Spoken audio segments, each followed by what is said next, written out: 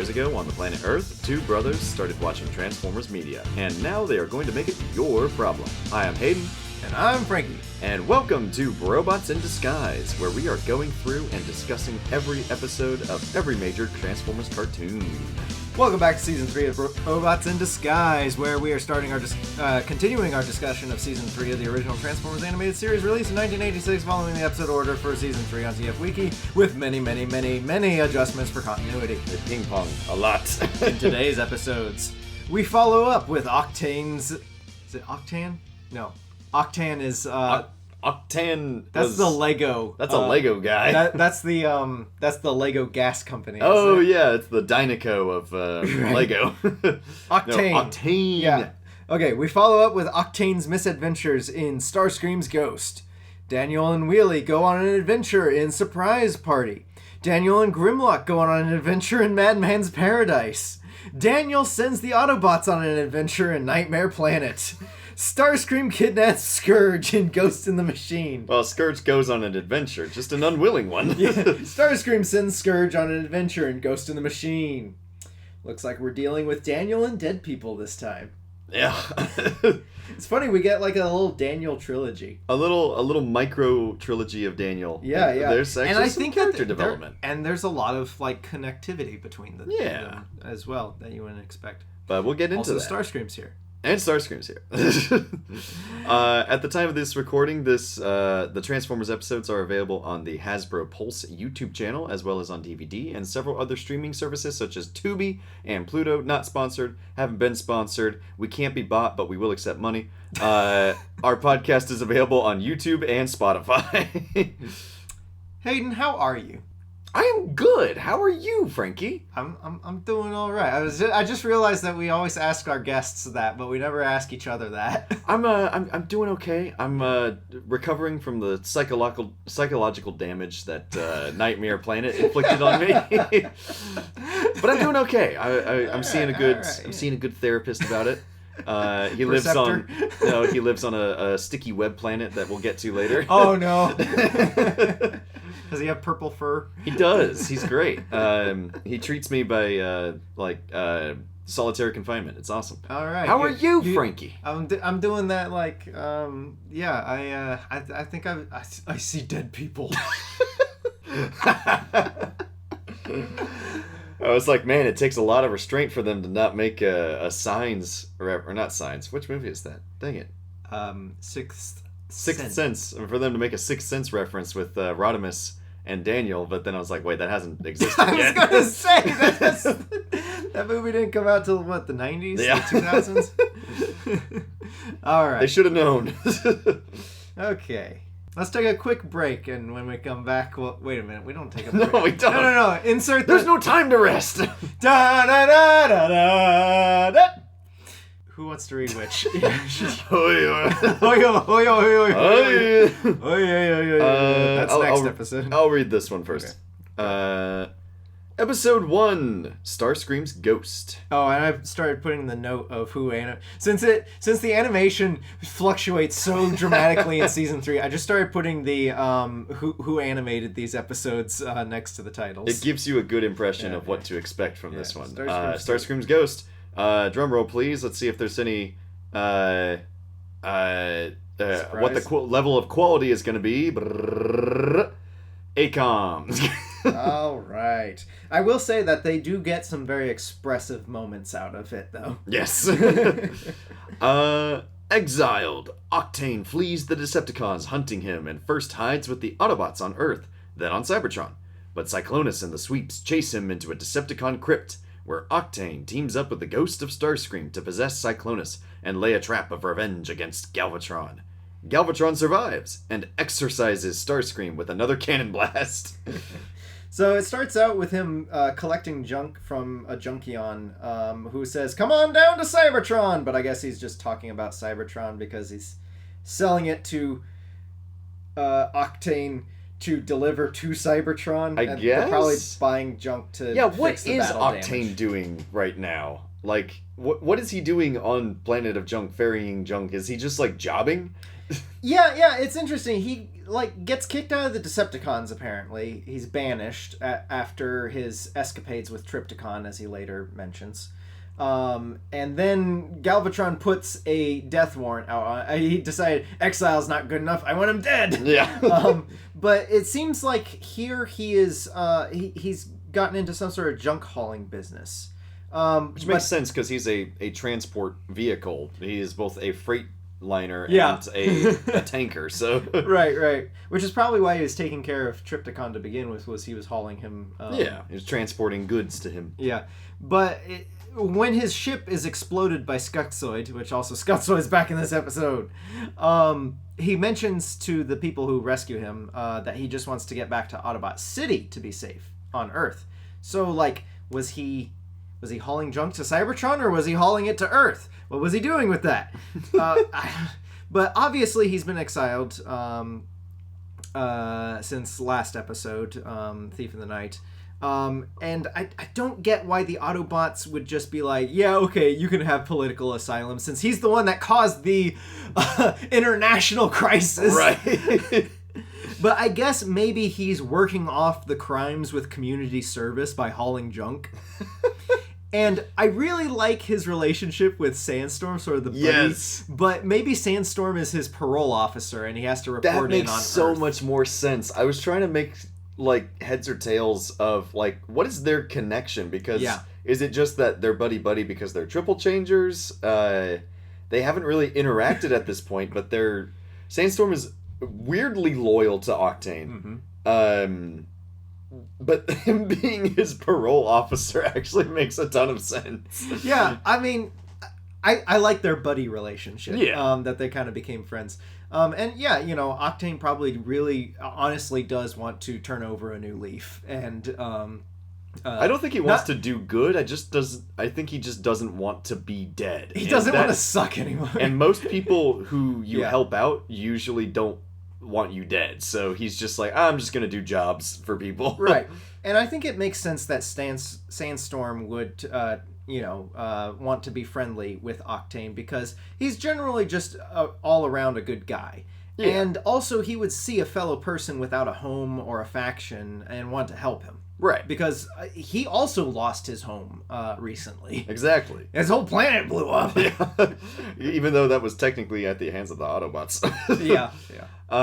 But his kind of he's overly cheery and kind of coddling to Octane. Friendly jibing and stuff.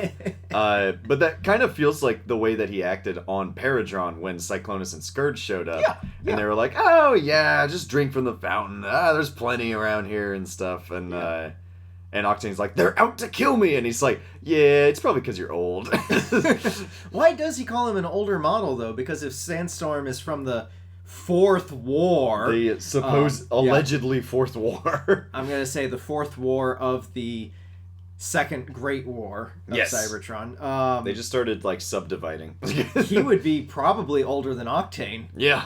But he does transform, and we theorize that the people who fled during the Fourth War of the Second War couldn't transform yet, because that hadn't been invented yet. Also, that aligns with some of the stuff in Desertion of the Dinobots. And also, I forgot to point out last podcast episode that the whole story about them fleeing Cybertron during the war and then coming back is very reminiscent of what happens in Headmasters, when the Headmasters go to Planet Master to flee the war. But terrific naming conventions too. Planet Master. Right. Well, I think that they went there and then called themselves the Headmasters after being on Planet Master. That's a whole thing. We'll get to it eventually. But backwards. So it's either convergent evolution that it could be that Sandstorm is a newer model of Paradron, like he was born, quote unquote, born on Paradron. So that could also just be their younger. And then also it could be just convergent evolution that the newer Paradron Autobots can transform. Yeah. It could also just be reference to their alt forms, in that Yeah. He's slow and is like a truck Yeah. and a jet, but Sandstorm is a helicopter and a dune buggy. So he's like small and fast. Yeah. Whereas Octane is like big and slow. Well, the even though jet they're the is same faster size. than the jet was faster than the helicopter. Yeah, I did like that little competition where it's Yeah. like, Octane's better in the sky and Sandstorm's better on the ground, like an Autobot and a Decepticon. I love the little friendly competition. Yeah. Just Transformers having fun. Yeah, there's a lot of fun gags throughout this one. episode's so fun. It's I love them being chased and getting shot at by the Combaticons, and then they're like, no, they're probably just after you. Let's check and find out. Yes. But things really start going towards shenanigans when they get to the space station mall place, like a spaceport mall. Oh yeah, and they're flying the ship from the movie. Yeah. Yeah, so this is another reason I think that, Sandstorm might be his parole officer, is he's escorting him to Cybertron, where he'll have safer asylum from the Decepticons, I guess. But the they stop off at basically a truck stop. Yeah.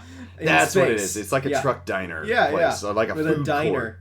Yeah. An intergalactic diner, but it's probably one of those space stations that this kind of leads up to some of the stuff we see in the next couple episodes. But also, like, if they're flying from Earth to Cybertron and Cybertron's still in Earth's solar system, then this is probably somewhere near Mars. Yeah, makes sense. Which makes sense with some of the dialogue that we hear. Easier to get to. Some of the background dialogue that we hear in here. Oh yes, the background dialogue. This is like kind of the most incidental galactic world building we've gotten, where it's just a bunch of random stuff is kind of thrown at you. It's like, oh, there's space stations that are basically like food court mall truck stops. Yeah. Energon goodies can be served in like an hors d'oeuvres sort of look, Were like they a little mushrooms cheese or with little umbrellas. yeah, it's like a little umbrella thing, and it doesn't glow at all, so it doesn't even look like Energon, but it's like it's just food, and they're eating it like food.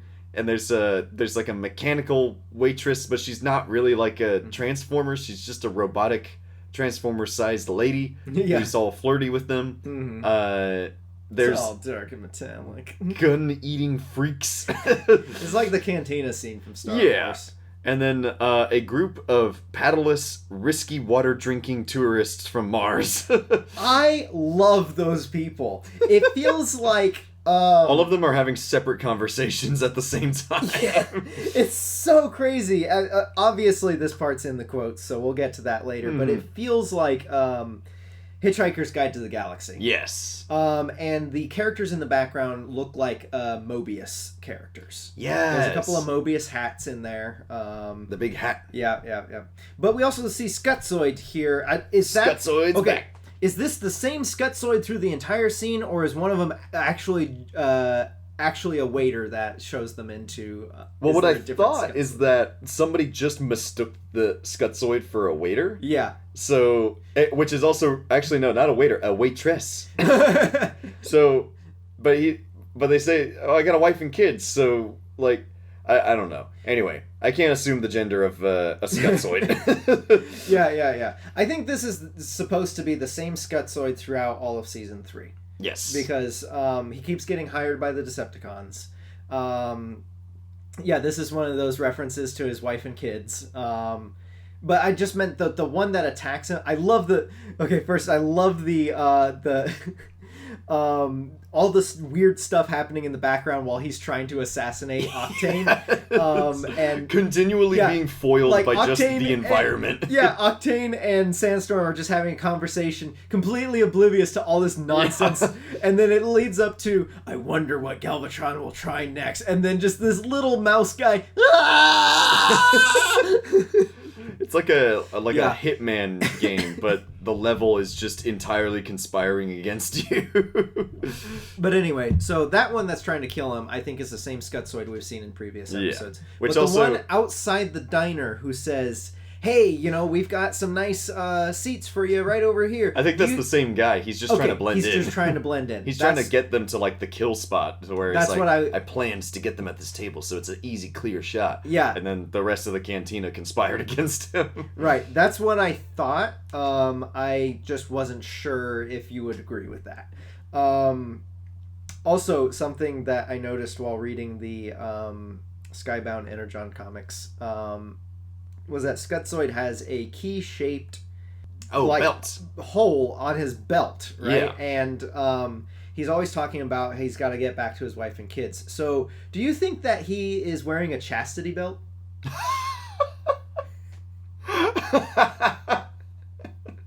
He's saving himself for marriage. Well, he's already married. He's saving himself for marriage. Yeah. It's just not, he's not making kids out there in the cosmos just with his wife. I was just thinking of Robin Hood Men in Tights. It is the key to the greatest treasure in this land. Anyway. Moving on. Oh, last thing with the mall is ahead. that Sandstorm mentions that some of the food can be like super high and static, and it gives him energon surges, which I guess is like indigestion, but for Transformers. Yeah, that's interesting. Which, I mean, we already know that they can get drunk, so like it makes sense. Yeah. But yeah, then we. So this episode moves so fast. So much happens in this episode. Genuinely, there's a lot of episodes in season 3 that I'm like, the material in this could have easily been 2 episodes. Like, yeah. Because now we get to Cybertron, he's living his life, and then we get this whole like other plot. Like, it started out as a plot about what happened to Octane and how is he dealing with his new life. And then all of a sudden we switch gears into this story about the ghost of Starscream. Yeah. I could have easily watched an entire full 22-minute episode of Octane and Sandstorm shenanigans. And then another full separate episode of Starscream's ghost. But they just so happen to be the same episode. You know what's interesting is I never noticed until this watch through that most of season 3's episodes are not 22 minutes long. They are like 17 to 18 minutes and then filler material recap at the end. Which explains why they feel so crammed half of the time. Yeah. And I imagine they did that for like they budgeted shorter episodes and then just had some filler material at the end. Maybe they're still recovering from the movie. Yeah. So I'll have to keep an eye out to see if any of the episodes are a full 22 minutes. I imagine some of the later ones, like the season finales and stuff, are. But, and then we get... Anyway, so what do we get now? We get to the crypt, the Decepticon crypt. Yes. I didn't really get a chance to look through all of the statues and stuff. Most of them are just kind of ACOM putty. Yeah. So you can't really tell. Though one of them I thought looked like a cross between a sweep and Alpha Trion. Yes. Very bizarre. I'm curious if this crypt is the Hall of Decepticons that we see in the movie, where it's like on the surface, where Starscream died, and then the Autobots just kind of like buried that like into the ground. That was my question too, was when did the Decepticons create this? Like, is it exactly. Is it the same or is it a new one? Because it's a lot of the characters that are present in the crypt are people who died in the movie or were presumed dead. Right, like Thundercracker. Which is very, very interesting that Cyclonus and Scourge and the Sweeps all go into the crypt. Mm-hmm. And they're walking around a hall dedicated to the memory of themselves. Right. Which is more evidence why I think that Cyclonus and Scourge definitely have no memory of their past selves. Whereas Galvatron had memories. But then they got scrambled. Strong memories of being Megatron, but now it is scrambled. Yeah.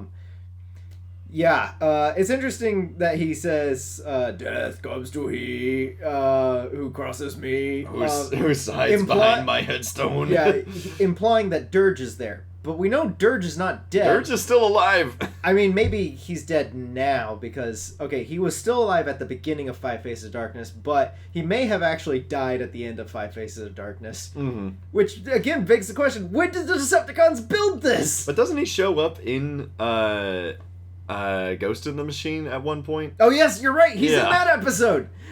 So I don't know. No, so he's not dead. So maybe there's just somebody else who talks. But like we never Dirge. see Dirge and Ramjet, or Yeah. not Ramjet. We see Dirge and Thrust, Mm-hmm. but we never see Ramjet. So maybe Ramjet just painted himself as Dirge in honor of his fallen comrades.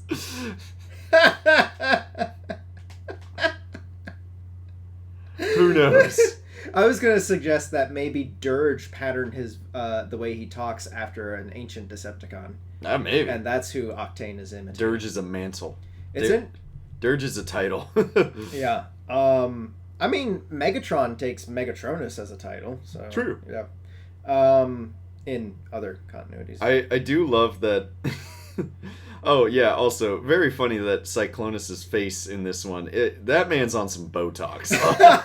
What happened to his Crazy face? maxillofacial on this guy. Crazy. What happened here? He's looking luscious. That skin is glistening. Oh my goodness, that his face just goes through, and then it's really it kind of works with him being possessed by Starscream though. Yeah. Like the voice coming out of I think it would be this funny if his luscious face changed to this. It's like perfect Squidward. Yes. It's like when he gets possessed by Starscream, he turns into perfect Squidward. Yes. But yeah, I love how they're going through the crypt and it's these gray statues to all the Decepticons. Yeah. And then Starscream is just a pair of legs. That's all that was left of his body. A couple of stumps. Yeah. I love that Octane gets scared and half transforms. Yes, he gets like stuck. That's a very Transformers animated sort of thing. Yeah. And I like that. And that's something... Transformation paralysis. Yeah. And that's something that I wouldn't expect from like a Toei, but like from a ACOM episode, it's right up their alley. Yeah. So that's kind of neat. I like that. But Starscream's ghost. Yes, I find it... First of all, I find it interesting that Octane and Starscream used to know each other, apparently. Yeah. Even though we've never seen Octane before. I know. I think part of it might... I thought it might be that Starscream... he didn't really actually know Octane. He's just kind of like, buddy, like that, because he knows he's freaked out by him. Yeah. Or he's also relating to him as a traitor. Yeah. Is that he's like, you're just like me. Yeah. An exile. We both were kicked out. But everybody seems to know who he is. The the Sweeps and Cyclonus, even though they only knew him from that one time that Galvatron killed him. And then all the Cyclonus and the Sweeps are scared to go into the crypt, which I think is very interesting. Yeah. Which implies that they already believe that ghosts are possible. Yeah. Which we should talk about. First, I want to say that I think that the only time the Decepticons would have had time to build this particular crypt, if it's not a sunken version of the Hall of Heroes from the movie, it would be after Galvatron leaves Cybertron to go to Earth. After Unicron eats the two moons, Shockwave starts building this crypt or something like that. Right. But they talk about it as if it's ancient. The Shockwave would build a crypt. Yeah. And then before Unicron smashes everything. And then the Autobots just walled it off, unless Decepticons have been sneaking onto Cybertron to build this crypt. To pay their respects. Also kind of creepy. That's neat. But anyway, so let's talk about ghosts. Ghosts! How does this work? We don't know. That's why we're here, is to theorize. At this point in the actual world building of G1, yes, there is no explanation. Yes. It is just that he is a ghost. Deal with it. We do get a pretty cool little shot when he does possess Cyclonus. Yeah. That there's like a robo skeleton that shows up, flashes, kind of like he's getting shocked, like zzz. Yes. But yeah, sparks at this point haven't yet been confirmed as a thing that exists. It does get retroactively explained because of Starscream's ghost's reappearance in that show. Yeah, in Beast Wars they say Starscream had an indestructible spark and it floated around for millennia. Yes. Um, However, that is following up from This is- later events that we'll cover in Ghost in the Machine that kind of muddy the water on that. right. But at this point, how does a ghost work? Right, because sparks have not been introduced as a concept at this point in the cartoon. Yes. I don't think they've been introduced at this point in the comics either. So, what is a ghost? Typically, when we're talking about ghosts from a human perspective, it's the idea that there is more to a human than just flesh and blood, and that your personality is not just a firing of chemicals in your brain, but is part of your soul. And your soul can leave your body, be separated from your body, especially when you die. And Particularly. yeah, and depending on your spiritual beliefs, after death, instead of going to, say, heaven or hell, or nirvana, or reincarnation, your soul lingers as a dispossessed spirit. Because you got unfinished business. Either because you have unfinished business, or because you're cursed, or whatever. But your soul wanders the earth without a body. That's typically what we're talking about when humans talk about ghosts. Now, what do we know about Transformers and them having souls in... what are the metaphysics of Transformers in the Generation 1 cartoon? We know that they are programmed by a supercomputer to simulate intelligence and life. Now, this is one of the great questions of science fiction ever since, Asimov and Einstein and... I don't know if Einstein had anything to do with it. I don't know. Since the 1800s, really. Do androids dream of electric sheep? Mary Shelley's Frankenstein. Yes. The golem of Jewish mythology, even. Does a constructed thing have a soul? Right. If you simulate a intelligence perfectly, is it alive? Yeah. Yes, exactly. Do androids dream of electric sheep, Blade Runner, all that stuff. Which functionally, for Transformers storytelling purposes, is a yes. In this universe, I would say yes. Yeah. The Transformers are alive, even if it is a simulated intelligence. However, that simulated intelligence, sapience, consciousness, everything, is running on machines. Yes. Personality components have been mentioned multiple times. Transformers can be altered by removing and adjusting these components. The Dinobots were brought to life with brains that were built. The Gears' whole personality was shifted by taking a chip out. We've gotten mentions of laser cores, which I believe are just like power plants. This seems more like a heart than anything else. That's a heart. Yeah. So the metaphysics of Transformers is that they are a program running on hardware, software running on hardware. Yes. That bring them to life. How then, without any hardware, can the software run? So you're saying that Starscream's ghost is disembodied code? Yes. He is a software program that is in the cloud. He's malware. He's malware. Yeah. He is. Yeah. He is either malware or Starscream's ghost is basically like malware that is floating around on the internet or in the cloud. Waiting for a file to open for him to get into. Literally just radio waves. Yeah. He's manifest.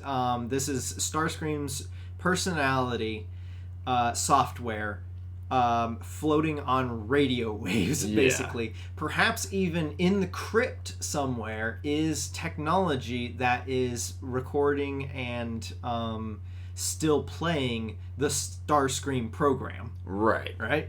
But that begs the question, why specifically him? Why not any of the other Decepticons that are in the crypt? Because Starscream has an actual personality.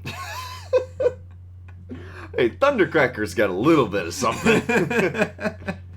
Dirge has got a personality trait. No. All Transformers have at least one personality trait. Yeah. Starscream has 2. Yes.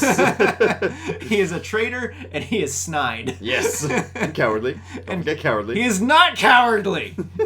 Generation 1 cartoon Starscream is not a coward until late. I said cowardly, not a coward. Okay. All right. Has cowardice tendencies. Yes. So the way that he works here is, I believe that the way he possesses Scourge is that basically he Wi-Fi's into Scourge's. No, I'm sorry, Cyclonus. He Wi-Fi's into Scourge's. Cyclonus. I did it again. Okay. They're interchangeable. Cyclonus. Yeah. He Wi-Fi's into Cyclonus's computer chips basically, and starts running his program over the top of Cyclonus.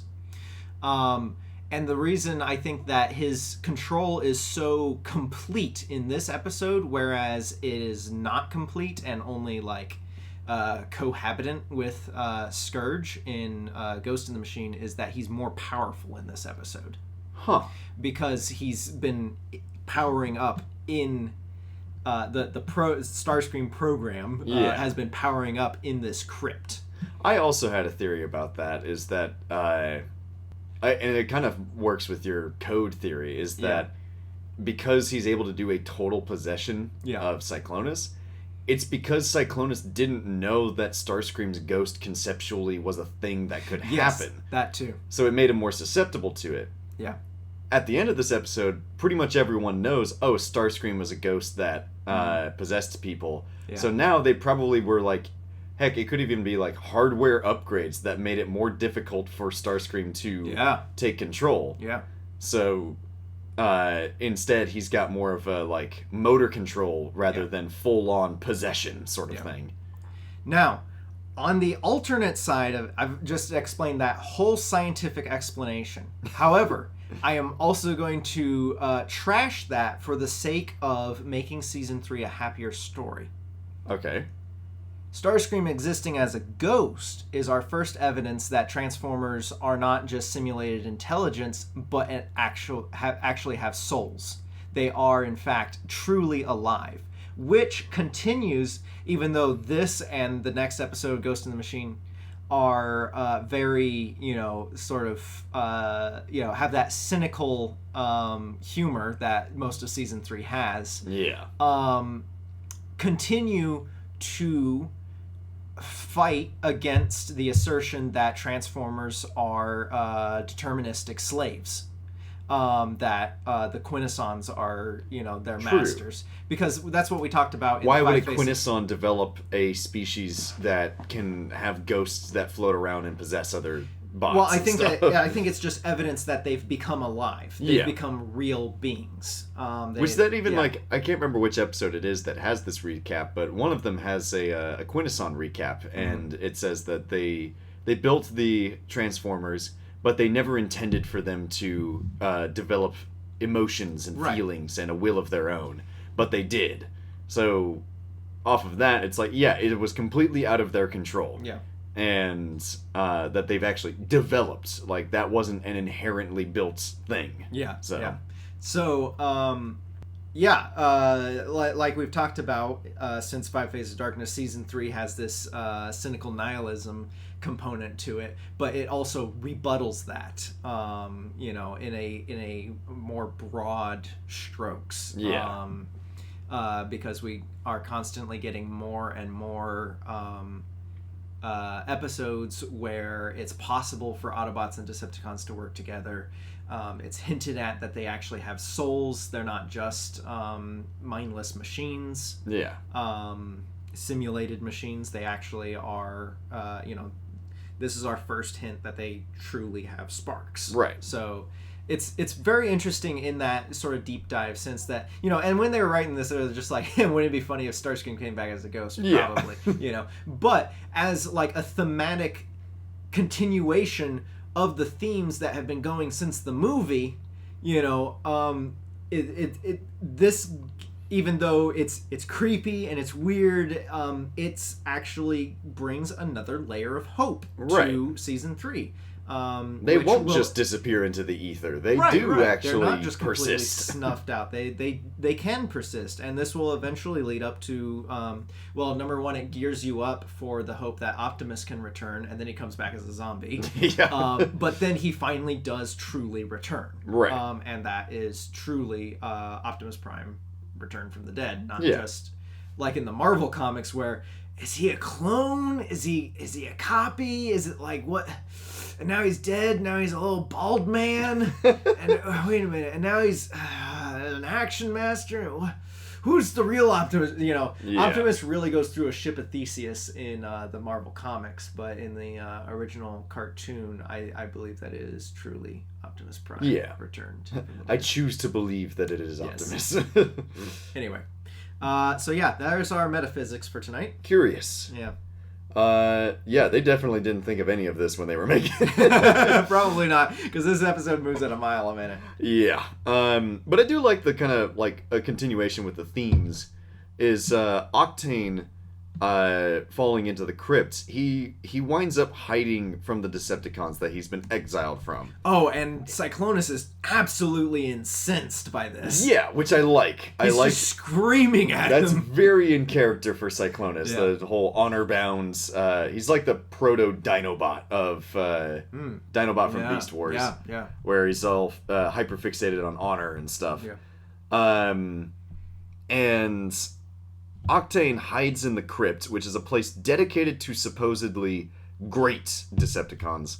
Yes. And he hides behind a disgraced Decepticon.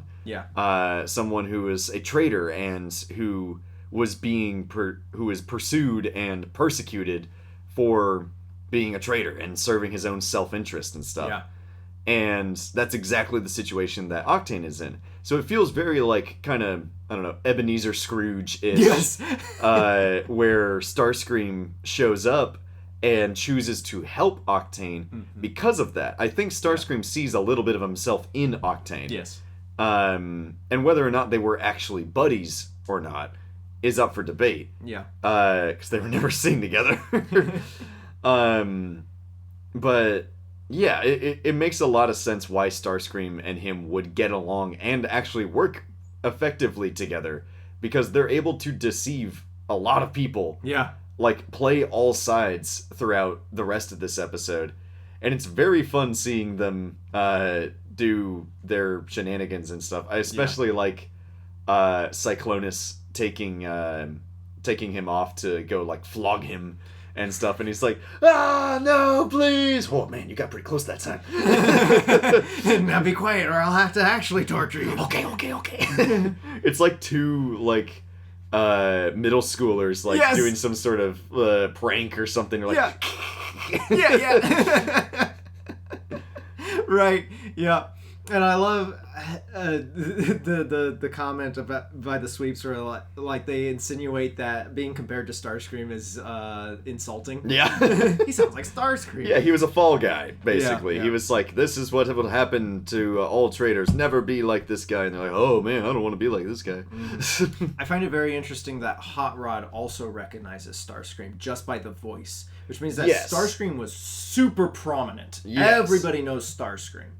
Well, of course, like that. Starscream honestly gets a lot of people into Transformers to begin with. So, well, also Rodimus, when he was Hot Rod, fought at the Battle of Autobot City, and he saw Starscream there. But I feel like, and also we're forgetting that there's a 20-year time skip between season 2 and the movie. So Octane and Rodimus could have both met Starscream in that 20 years. Hot Rod at that time. But I really want to know. One of the most mysterious things to me. What is that place with the giant green pillars? Now, green, we've established, is ancient Cybertron. It is Quintesson era construction. Alpha Trion.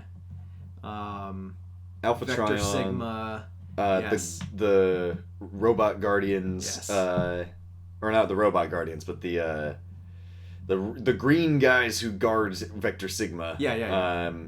And a lot of That's Quintesson what I was stuff thinking is of. green. Quintesson is always green. So this, we might never know. I think that I've always took it to be another memorial. Yeah. To A Quintesson I don't memorial. know. Perhaps a Quintesson memorial. Perhaps ancient Autobot memorials. Could be. But I've always took it to be some sort of memorial place. It could be like those. Well, that's a whole nother rabbit hole. I can't get down that. That'll take like 15 minutes to explain. But it could be like an ancient warning sign of like, here's a monument. Don't go here. This is very classic, like Star Wars, where like, what's that big skeleton in the background? I don't know, but it'll probably be on Wikipedia. Yeah. Don't worry about it. Don't worry about it. Wikipedia will exist one day. Yeah. It looks cool. Yeah. But it gives you that mystery and that sense of, what else could Bigger be out story there. is happening out there. Bigger stories that we don't get to hear. But Rodimus and Galvatron's rematch is like two middle-aged old men that are they used to fight in their late teens, early 20s. Yep. But now they're like, all right, let's go ahead, one more. This is like the Rocky 8. Yes. Rocky Balboa. Yep. It's just kind of a goofy little fight, and then they just firing squad Galvatron, and he survives. He just shows back And up, they let him walk away. It just goes to show how tough Galvatron is, but I love that he just shows back up at Char At the doorstep. all battle damaged. And like Cyclonus, or Starscream in Cyclonus's body is like they're hanging out in the throne room. They're Or like this is great, kicking yeah. back. And then the fact that he just walks in the door. Yeah. Like it's this all. Oh crap. It just happens all the time. Like this is some sort of bad comedy or something. Yeah. This is bad comedy. This is bad comedy. But the weird deal thing that Rodimus strikes with Starscream Cyclonus, where he realizes that it's Starscream in Cyclonus's body, and then he's like, and if you know what's good for you, you're gonna let me go, and then he does. Yeah. And for some reason, it's to get Megatron to this like little dual space. Yeah. So they can like ambush him. badly ambush him. Was that the deal? Yes. I don't know. Why? And what does Starscream get out of it? I don't know. Well, Starscream gets revenge on Galvatron. Okay. Octane For gets killing revenge it, yeah. on Galvatron. And the Autobots get Galvatron. And so. the Autobots get Galvatron, and that takes out a major source of conflict in the galaxy. Yeah. Because, as we've seen in Five Faces of Darkness, Galvatron is the only thing causing all this chaos. Right. And so by just Octane, Cyclonus possessed by Starscream, and Galvatron going there, when Octane and Cyclonus flee, Galvatron is stuck there all by himself. Yeah. And if you go by the movie, he has to get a ride from Cyclonus, which means that he walked back to Char. I will walk, thank you. Maybe he went to the truck stop as well. Yeah, whatever mental progress Galvatron was making in the last batch of episodes, because I think that he was way more chill in the last couple of episodes. Oh, he full crazy now. Yeah, this definitely starts him back on being completely crazy. Yeah. This ruined any mental progress he was making. So Starscream jumps ship, and Cyclonus is back to normal. Apparently, it wasn't enough to kill Cyclonus, whatever killed Starscream the first time. But what happens to Octane? He literally disappears from this episode. Like, the second From the Galvatron show. walks in, Octane just dips. And I like to think he left. He, like, physically left. Yeah. And just went and found a nice beach somewhere. Yeah. He just left and kept going. Yes. Because I don't remember if we ever see him again in season 3. I don't think we do. I don't think we do. If we do, it's in, like, the background or something. Yeah. I like Octane a lot. I like his character. I like his design, too. Yeah. I like his transformations. Yeah. And I like his just general, like, he's just a slick dude. I like he's how you call him oily. He's an oily fella. He's not quite Swindle levels. Yeah. But he's an in-between. He's an in-between of Starscream and Swindle. He's got the ambitions of ambition of Starscream with the machinations of Swindle, but he's a bungler. Yes. He bungles both. He messes up. Yeah. And ultimately, he's just a guy. Like, he's not really bad. He's not really an evil guy. Yeah. He's just a self-serving dude. Yeah. He's a self-made man. He's a simple man trying to make his way through the universe. And I always try to talk about hope in season 3, but I kind of feel like maybe Galvatron killed him too. Like, yes. That may be why we never see him again. But you might be right. That is the most likely explanation. Yeah. But I like to think that he got away. Yeah. We also need to bring this up because it's very relevant and important. Octane has a pinup girl in his vessel that he strains for a long time to get onto his screen. It's very important to him. I think it's a channel he's tuning into. It is. And we're just gonna leave that there. Yeah, I mean, it brings up more questions. So I do think that they probably do have souls. Yeah. Listen, Octane's fate is that he wound up on a nice beach and he got to watch his program for however long he wanted. Who knows? Maybe that's his girlfriend, and he went and is now like a happy family man. It brings up a lot of questions, but kind of explains things about. Explains a lot about his character. It also explains some things about later Transformers body types that I've always questioned, like, why do they need these certain features? But apparently, if Transformers find them appealing too, then I mean, and that boobs are nice. In case anybody was worried that I thought otherwise. I just have too much of a scientific mind to, not wonder why a robot would need them. But apparently, it's just an aesthetic choice that appeals to some robots. And I think it furthers the idea that they are truly alive. How else? Even if they don't need them. How else will a Transformer know he is truly alive unless he knows that boobs are nice?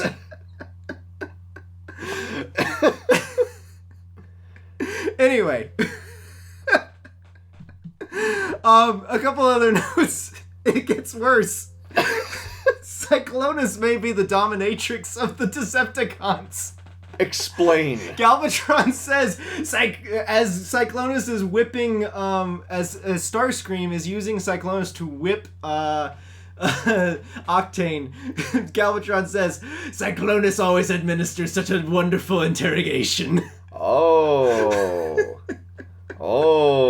that's why Galvatron keeps him around. Dang. Other notes. There's some classic season 1 music in this episode. Yes, I think this batch of episodes is some of the last appearances of season 2 era music. Well, I think we continue to get season 2 era music all the way to the end, but season 1 music specifically. Okay.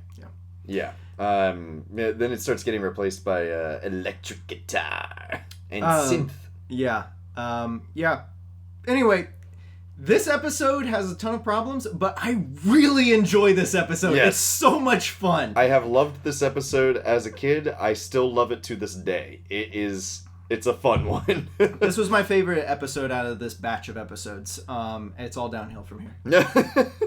No, I enjoyed the other episodes too. But I think that after this, we will talk much more briskly about the rest of the episode. Yeah, there's less metaphysical concepts to address. We don't have to get into it as much. On to the next episode. All right, short break and on to the next episode. And we're back. Surprise Party! This begins the Daniel trilogy. This episode was animated by Say Young Animation. Young! Yeah, which normally just does helps on other episodes or does storyboards. Neat. But this is their first. Yeah, they were a weird in between of Toei and others. This is their first full episode. Cool. It did pretty good. Yeah, it did. It's a good looking episode. Synopsis. Ultra Magnus selflessly saves Wheelie while defending the first intergalactic peace conference.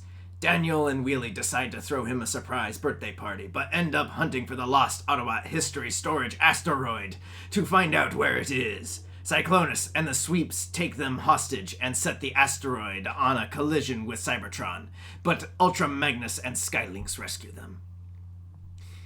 The Peace Summit. Yeah! The Intergalactic Peace Conference. This is some cool world building that we haven't seen a lot of yet. This is kind of like starting to bleed into like the EDF, the Earth Defense Force, and Marissa Fairborn's ADC. Oh, yeah, Earth Defense Command. Yeah. But kind of like bleeds into Marissa Fairborn's neck of the woods, and I'm surprised she didn't make an appearance. Yeah, this here, is the first. Oh, yeah. We also find out what the heck Spike and Carly and Daniel do. Yes. Over the next couple of episodes, we see that they are the official representatives of Earth. Which is a huge step up from working on an oil rig when you're 14. Right? My man was on the up and up. What do you think they discuss at the Peace Conference? We see a little bit of what they discuss at the Peace Conference in the next episode. And it's mostly just punching down at Daniel. But I have a feeling that they might be talking about peace. No way. But I love that. As Galvatron says, we can't have that. Right. I love that it has its own groovy music. Yeah. And my favorite part of this episode is how snug and happy Ultra Magnus looks to being there. That one shot on his face, he's like... It's the most content I've ever seen a Transformer. Any Transformer. So happy to be there. He's just... everything's going his way. And then Spike starts talking, and he's like... Arr! It's like, hey, have you seen my son? Oh, gosh. Because if you think about this guy. Fine, I'll go find your missing son. For the first of several times. I was just in bliss thinking about peace. Peace and procedures. Because Ultra That's Magnus what it is is. all about the procedures. All about and the this procedure is a big and the procedural, logistics. Yeah, this is a huge procedural meeting about how to maintain peace in the galaxy. Because what this is basically the United Nations, trying to bring delegates from all these different planets with important people to discuss galactic negotiations and civilities and stuff like that. Yeah. So fortunately, the episode does not focus on that very much. But anyway, I think it's interesting that the Decepticons just monitor Cybertron all the time to take pop shots at it occasionally. Yeah, they're always waiting in the wings, just like, oh man, we gotta figure out something. We can get in there. I know it. Yeah. But something we forgot to mention is that the beginning of this episode is Daniel's birthday party. Yeah, I like that build up to the surprise where Daniel is like, oh, freaking out, and then all the Autobots there. It's really nice, very wholesome. But why the heck is Protectobot Groove there? Well, I want to know why Warpath is there. I mean, maybe they have a good time committing war crimes together. He's probably great at parties. I think... Because I bet he shoots fireworks out of his cannon. Fireworks, and then also Warpath has fun uncle energy. Yeah. He definitely would have a blast babysitting Daniel. However, which apparently the Autobots just do a lot. They babysit Daniel, as we see in Nightmare Planet. Yeah. Well, we also see that Warpath is stationed on Earth in Ghost in the Machine. So he flew all the way to Cybertron. Yeah, just for this birthday party. Yeah, it means a lot. Yeah. I really like how they with the Peace Summit, the Autobots, we see them as more of like peacekeepers. Like they're less of the thuggish regime that we've seen in previous episodes, and they're more of like they're presiding over peace talks. Now, granted, it could also be we're the regime in power, so you get to have your peace talks, but it's with a gun to the back of your head on Cybertron, on our home turf, so we can survey you. Which has rocky turf in a few shots, which is kind of interesting.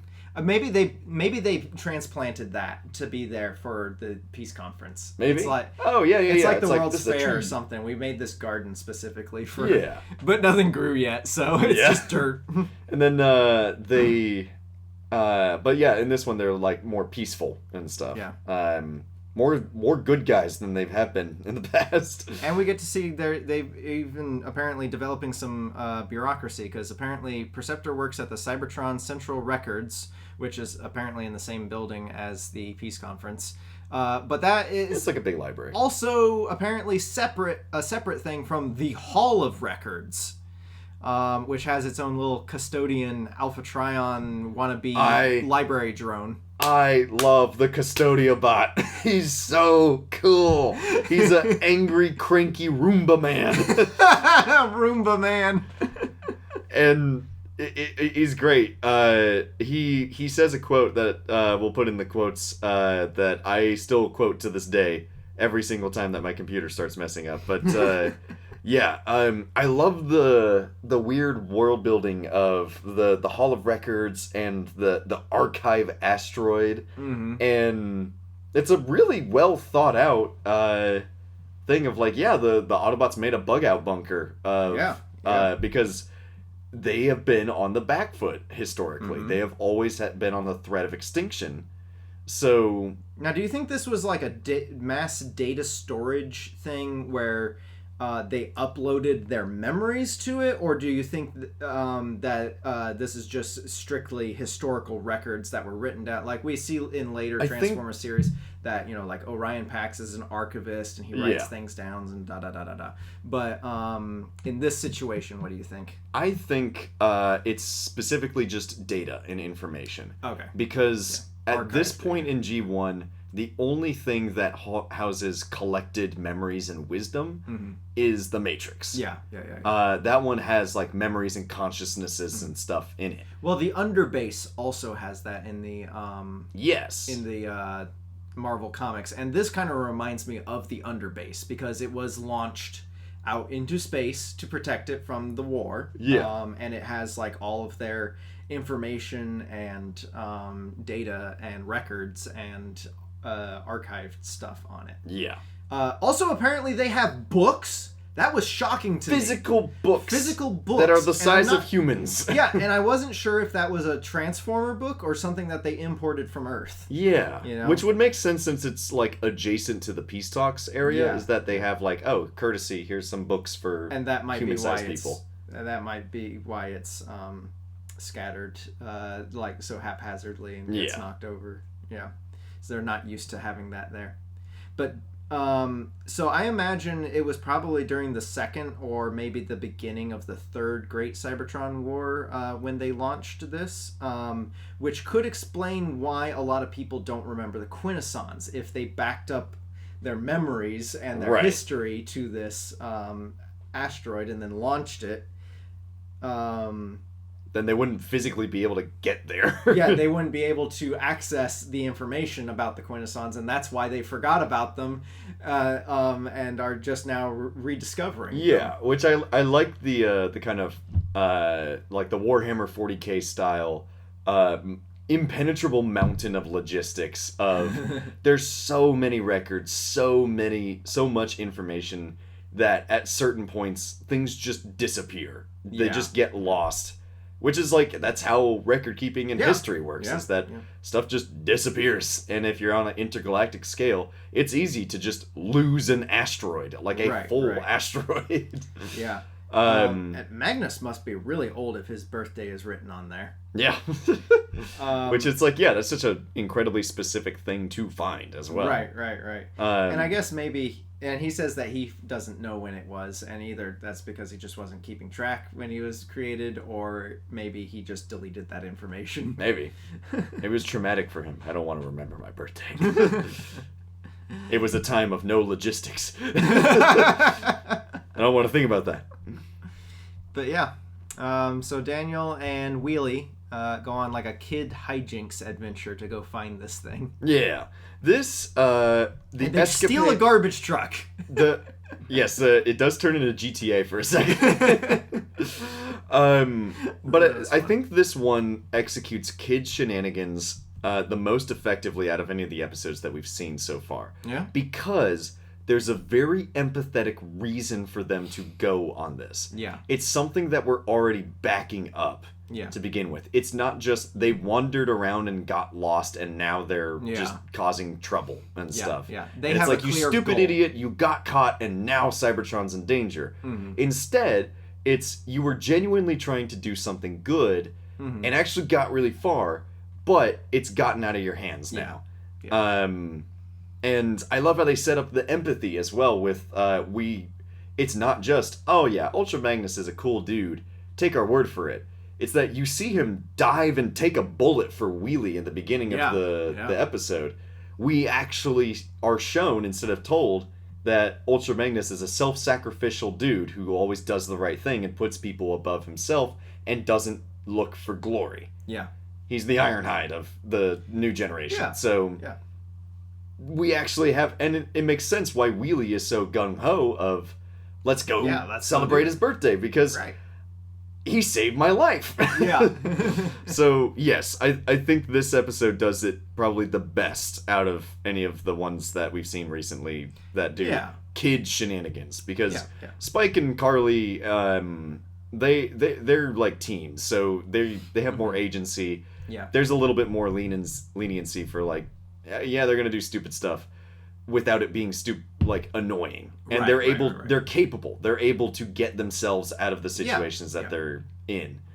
But with Daniel, he's a kid. There is kind of that hanging dread of, this is a kid in a kid's show. They're gonna do shenanigans that get on people's nerves, because kids, the writers aren't you relatable? And it's like it just comes from like not really the most intentional writing of like, let's just have a kid adventure just for the sake of a kid adventure, not even thinking, what do kids actually want to watch? Right. So I think this is really well executed. It is interesting that season 3 is a darker show, but also has like the younger kid character. Probably because how old is he? Because he has his birthday in this episode. So I always thought he was like somewhere around like 9 or 10 or something like that. He kind of seems coded that way. Other episodes he seems like coded way younger, but I'm not entirely sure. He's approximately 12 years old in 2005. I always thought he was 10. Way older than I thought. Yeah. This is according to... He doesn't act it. Yeah. No, I'd actually say that he's pretty accurate to a 12-year-old. Yeah. A 12-year-old who's... he's basically like a military brat, too, so... Yeah. He doesn't have that many friends. All of his friends are Transformers. And as we see in the next episode, his parents aren't exactly the most attentive to him because they're busy. I guess this was his 13th birthday. Oh, okay.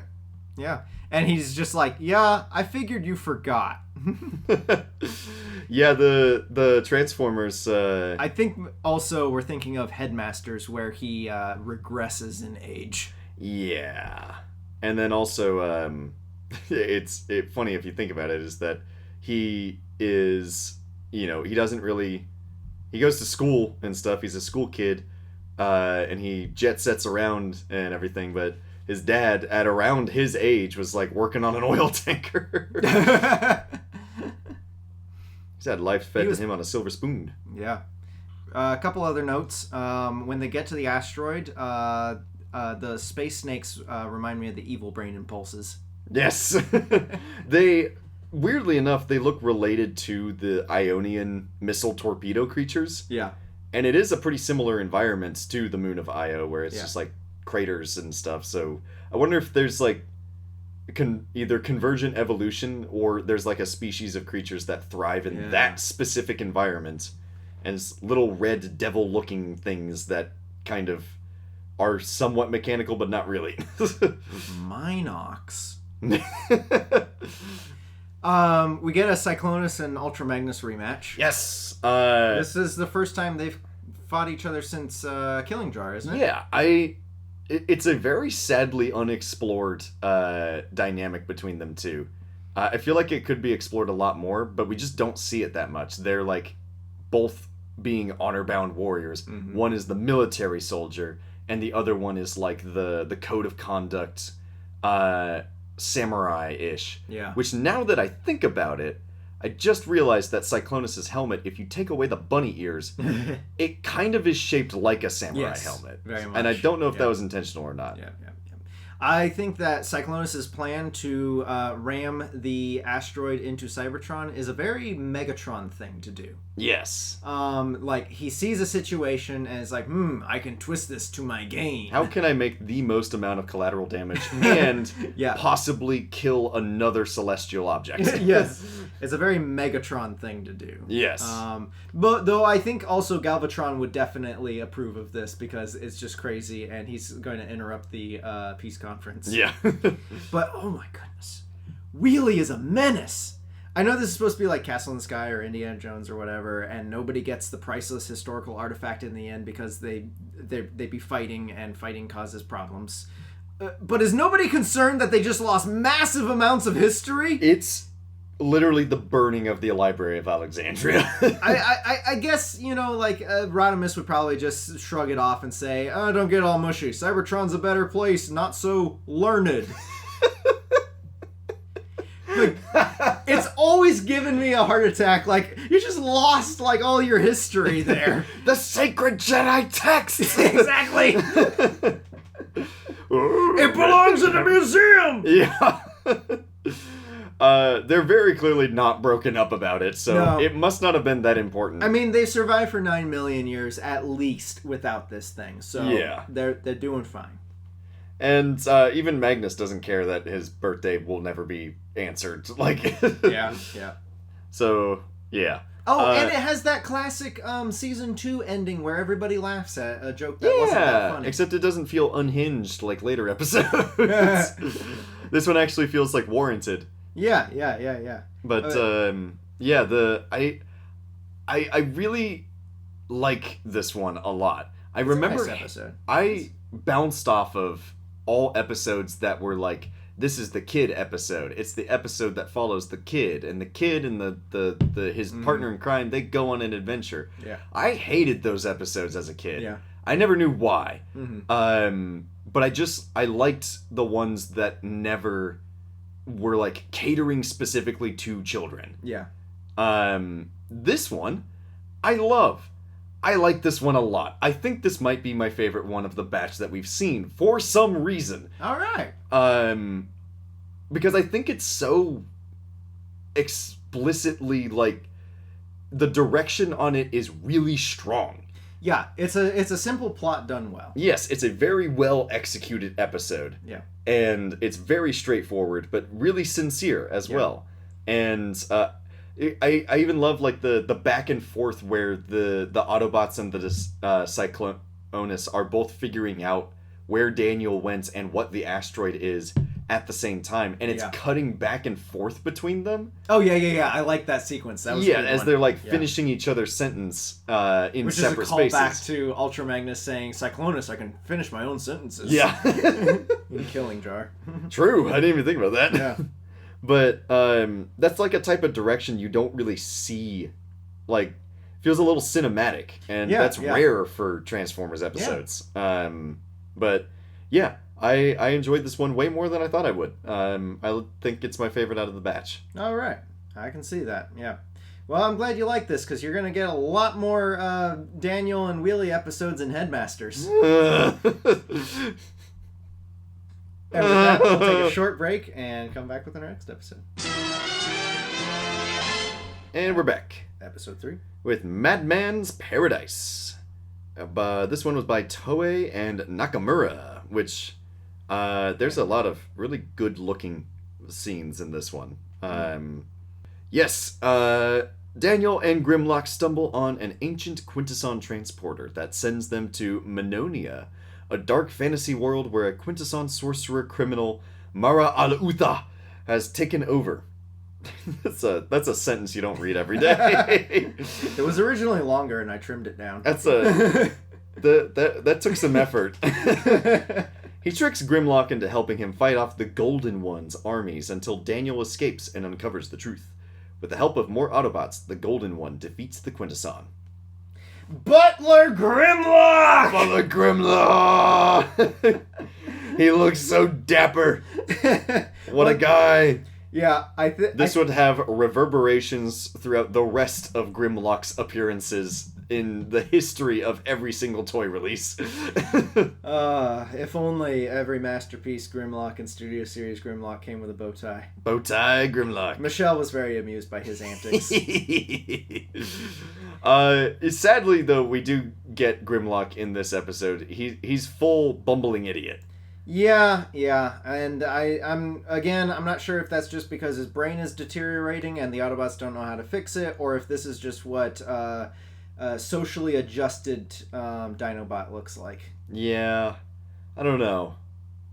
It does make sense that technically this is a time of peace. I like the idea that this is Grimlock trying to fit in, but him being a bungler, I don't think is very accurate to it. Which is why I have the deteriorating brain theory. Right. But it also, technically, this kind of feels like an extension of the peace talks from the last episode. Like, yes. Daniel and Carly... No, this is definitely a continuation of the peace... because... The first intergalactic peace conference. Which also... it's still going. Carly's here. Carly is still around, and she's looking good. Yeah, they're all looking good. Like the I love their tuxedos, space disco tuxedos. They look so 70s, so 80s, so good. I love their really vibe. As all get out. I love their vibe. They kind of look like they stepped out of JoJo. Yes. But yeah, it's like I'm pretty sure it's the peace talk still going and stuff. It is. But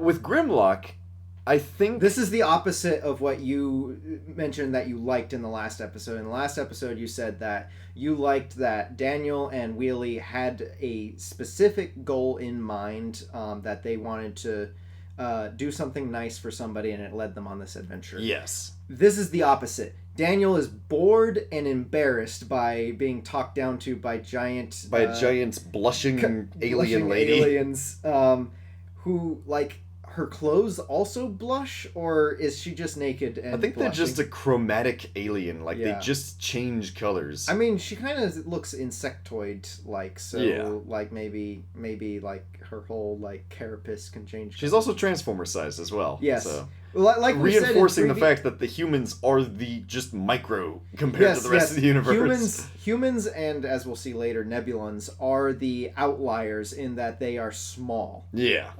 Everybody else is Transformer sized in the universe, A big which would make galactic sense space. why the Space. Quintessons built Transformer-sized robotic slaves. Is not just for manual labor building things, but like you could use them in your house. Yeah, if your house is Transformer-sized. Yeah, this is the 85% of the galaxy is this size. Right. So go with that size. Right, exactly.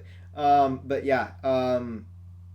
So this is the opposite. Daniel gets bored, wanders off, causes problems by accident, and then gets zapped into a different dimension. Just does dumb stuff, and it results in a stupid adventure. It's not an adventure, it's an inconvenience. You're endangering people. Anyway, but Grimlock, him being a butler and him like being more peaceful and stuff, and kind of more of a big dumb guy. Yeah. If you think about it, it kind of makes sense because the Dinobots were specifically made as weapons of mass destruction. Yes. They were meant to be an edge in the war. Yeah. This was like a nuclear deterrent, last weapon to use for survival. Yeah. But the Autobots are now on top. Yeah. They have a surplus. Yeah. You don't need the Dinobots. And also the Dinobots aren't exactly well suited to space and stuff. They're very heavy. They stay on land. I mean, they can fly in the movie and stuff, but, you know, if you think about it, there's not really a heavy use for the Dinobots now. So what do you do when you're a weapon of mass destruction and you're the one thing that you're good at is obsolete? You try to adapt, so maybe that's why Grimlock is, you know, he's just kind of like out of practice. He's out of practice from being the great barbarian king that we know him as. Yeah. And he's just a guy now. He's just a big bumbling dude. He may also be dumbing himself down to interact with Daniel. That's true. It's like someone putting on like a kid voice. Yeah, he's assuming. Yeah, I hate that when people are like, oh, they put on that kid voice. They talk to a child the same way they talk to a dog, and it's like... Well, actually, I think in this instance, I think it's Daniel babysitting Grimlock. Yes, yeah. But Grimlock thinks that he's putting on a kid voice. Yes. So... Also, the tome is out. The tome is back. I brought the tome out. The 1980s Marvel Comics Transformers universe, the profile guide to the characters, which I think is probably the closest to what the writers of these episodes would have had access to. Rewind, we get to see once again being a sort of historian as he's deciphering the ancient Quintesson hieroglyphs. And I just wanted to check up with his profile description and see if that is accurate. And it is. It says that his function is an archivist, which is perfect because he's a cassette, a tape. It says profile. Rewind is the Autobot trivia expert. His memory banks have an amazing capacity to process and store data that is virtually no use to anyone. Ask him what the ratio of carbon to ditrillium atoms in laser pistol polish, or what is the capital of New Jersey, and he'll answer without hesitation. But ask him something important, like what is the recommended way of disarming a photon cannon drone, and he'll probably be of no help at all. Still, sometimes his knowledge of arcane facts proves to be an immense help, and Rewind is much appreciated by his fellow Autobots for it. They just wish that he would turn his attention away from encyclopedia collections and towards the war with the Decepticons more often. And then it actually gives answers to the things that it asked earlier. By the way, the answers to the above questions are 3.62321, Telemark 6 on planet Gansvort, Trenton on the planet Earth, and tell him his fusion line is unplugged. That's terrific. Yep, that's great. Anyway, I also would like to suggest that he probably has started to understand, since the storage asteroid was destroyed last episode, he didn't learn anything about Quintesson hieroglyphs from there, so he must have learned it while he and Blaster and Blur and Ramhorn were in the past 11 million years ago in the episode Forever is a Long Time or coming. Because they've been interacting with Quintessons more and more, he's just been getting stuff from them. So, and as we know, or as we'll see in later episodes, the Quintessons have actually been active in other parts of the galaxy, so it is possible to pick up new information, but this is ancient Quintesson stuff. Yes. So I think that he just picked it up when they were in the past. The ancient hieroglyphs show humans, which is interesting. It's very bizarre. I'm getting lots of Stargate vibes with that. Yes.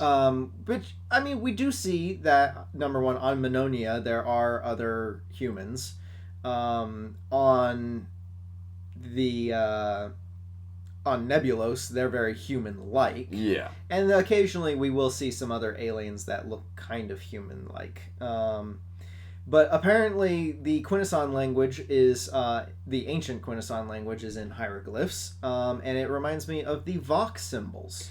Yes, which also would make sense why there's human hieroglyphs and stuff, is because the Vok are all timey-wimey seed life places, shenanigans and stuff. And it's possible that the Quintessons either had dealings with them or at some point visited Earth as well. Or maybe in some point in the far future are the Vok. Who knows? The ancient tunnels also make sense. They are consistent with many other episodes, including Desertion of the Dinobots, one of my favorites, Key to Vector Sigma, etc., etc., etc. It does tap into the classic Cybertron is a unknowable subterranean dungeon labyrinth. But it's funny that the entrance is just right there next to the Literally a ring doorbell. yeah, next to the intergalactic peace conference. Just boop. Yeah. But interesting architecture as you fall down there.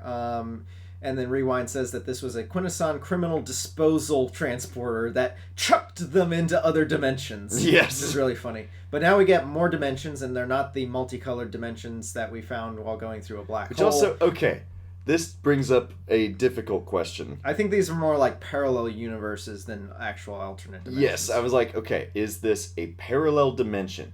Are we running off of multiverse theory here? I think so. And because they go to the Hasbro's Dungeons and Dragons universe. Yes. Which is another cartoon. They go to the He-Man universe. Yes. In Minonia Yes. is basically just D&D. Yes. It's classical 80s fantasy. Yes. Now, how did we previously establish magic exists in...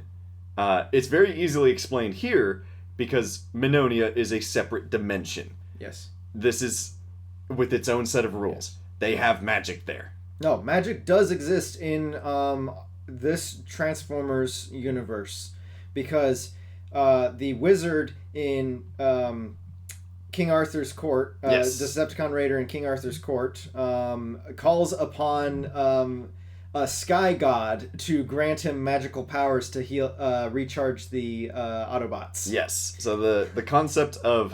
and he also created a time travel device. Yes. So we do have the existence of sky-oriented deities and drawing upon the power of that. Yes. Which means that this Quintesson, Mara al-Utha, Yes.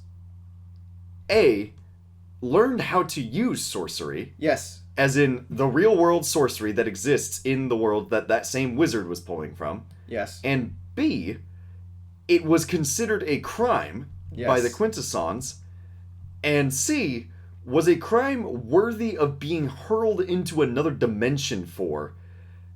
And we get some of the other dimensions listed. One of them is a plane of non-standard matter, I think it's called. It's a place with no physical substance. No physical substance. Where- What does that mean? That sounds horrible. I don't know, but they sent Murday there. Poor Murday. And then they What did Murday do? I don't know, but Mara al-Lutha was sent to Minonia, where wizardry and sorcery is a common thing.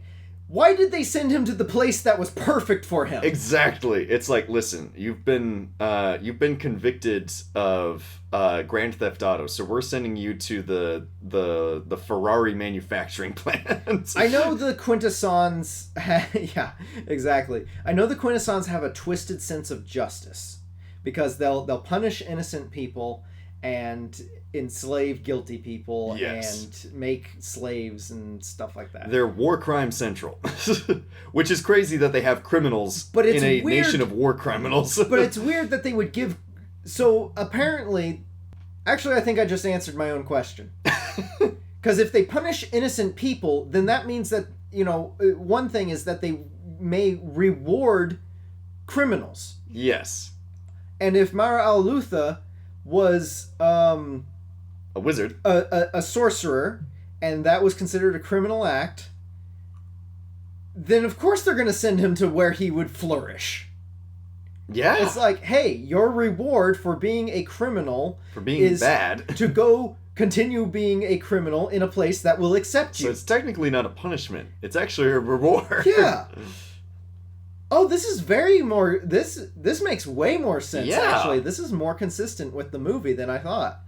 Now that does depend. Yeah. So now now I'm thinking Murday must have wanted to ascend to Nirvana or something. And they were like, good job, man. You've killed billions. Time to go to heaven. Yeah. And then Al-Badur was sent to an ice world, so he must have been really infatuated with penguins. He was or Mr. something. Freeze. Yeah. He must have been infatuated with penguins or something. Also, I want to question, is Al-Badur or Al-Lutha, is that some sort of like son of moniker? could be. Like Yeah. Ben or Like Ben-Hur. Yeah, like Ben-Hur. Could be. Yeah, anyway. But, So I think I answered my own question. But, if it was the punishment thing, then it really reminded me of Magnus the Red from Warhammer. That he is a red guy who does sorcery and gets a swat on the wrist and says, hey, don't do that. Yeah. Just stay on your magic planet where magic is abundant. And he's like, okay, I'm definitely not gonna do more magic. Yeah. Basically. But the world of Minonia is very fun. Lots of very D&D feeling characters. You have like D&D straight up Aarakocra there. I really like the wooden manservants that they just look like Transformers but made out of wood. Yeah, I was gonna say they look like the Autobot slaves from the ancient times, which makes sense. Was made by the Red Wizard, who is a Quintesson. Yeah, and it's like he's a Red Wizard. He's a Quintesson. He made the standard manservant model, but he's a wizard, so he's like, just make it out of wood. Like, right. Well, that's all he had to work with there. I like the army of casters, like wizard casters. That I like are, those guys. Artillery along with the catapults and stuff. That. Yeah, that's cool. And I think my favorite is the centaur tree boar people. Those were so weird. My note just says, whoa, tree centaur things. I'm using those in my next D&D game. Yes! They were so interesting, so weird. And they tried to Gulliver Travels Grimlock. Yeah. I was like, this is some very overt references. And the fact that they got, like, magic relic weapons and stuff like that, like, that's pretty neat. Yeah, I thought that was pretty neat. Also, there's some, it was weird how, like, the editing, the cutting between angles would change what minions the Red Wizard was using. Yes. Because sometimes they were the wooden Autobot slaves, and sometimes they were these strange aliens that looked vaguely Quintesson-ish. Yeah. Also, when Mira al-Utha is revealed as a Quintesson, he reminds me somewhat of the scientist Quintesson from Killing Jar and Forever's Long. He's got the same round head. Similar, but he's definitely different looking. He's very different looking. And it's not just the red cloak. He actually does look different. Yeah. Some things that I did like, Daniel's pretty useful. When he's separated and he's in the prison, he's got like a little butter knife, a little energy butter knife. But the golden one is interesting. So the backstory that we get, very fun backstory play where Mara al-Utha gives his backstory, and the words he's using is painting all of the actions that we see on screen as totally different, as like, I'm so innocent. I can't believe that this could have happened to him. Meanwhile, the actual flashback is completely spoiling the twist. The flashback is showing he's like, but the golden one, he got trapped, and it shows him trapping him in the thing. Yeah. The red apprentice didn't know what to do, and he's like, The biggest twist to me was that there was an actual red apprentice, though. Yes! There was actually a dude. There was somebody else who was also the red apprentice. That was weird. There's a lot of back and forth of, like, this is the guy we trust, but this is not the guy we trust. But this guy looks like the guy that we don't trust, but he actually is the guy that we trust. There was a lot more... He's unrelated to the golden guy that we actually trust. There was a lot more deception and subterfuge in this episode than we usually get. And we haven't gotten tricking good guys into fighting for the evil guys. I don't think we've seen that since, like, Fire in the Sky and War of the Dinobots. Yeah. Which is honestly fitting that it's Grimlock involved with it. Right, he is the center of those more often than not. Although, I feel like at this point, Grimlock should be a little more conscious of, like... The Red Wizard is throwing a lot of red flags. I'm sorry. A lot of red roads. It's just very obvious that he's going to be the bad guy. But I do like that he actually is like, I'll defend the honor of the good guys. And then even in the middle of the battle, he's like, where the heck is the Red Wizard? Right. Something doesn't feel right. He's just in his tower maniacally laughing. Yeah. Oh, and then he's also like saying that he's not the Red Wizard, even though he's dressed as a Red Wizard. Yeah. And sometimes he's black and sometimes he's white. Yeah. Thankfully, we do get one golden one, and he is just the golden one. Who the heck is he? Is he a Quintesson? Is he anybody else? Is he like... We don't know. But he's gold. He's a dragon. He's a golden dragon man. That's kind of cool. He cast Counterspell with the boombox. Heck yeah! I think that was the funniest thing. That is the most 80s thing.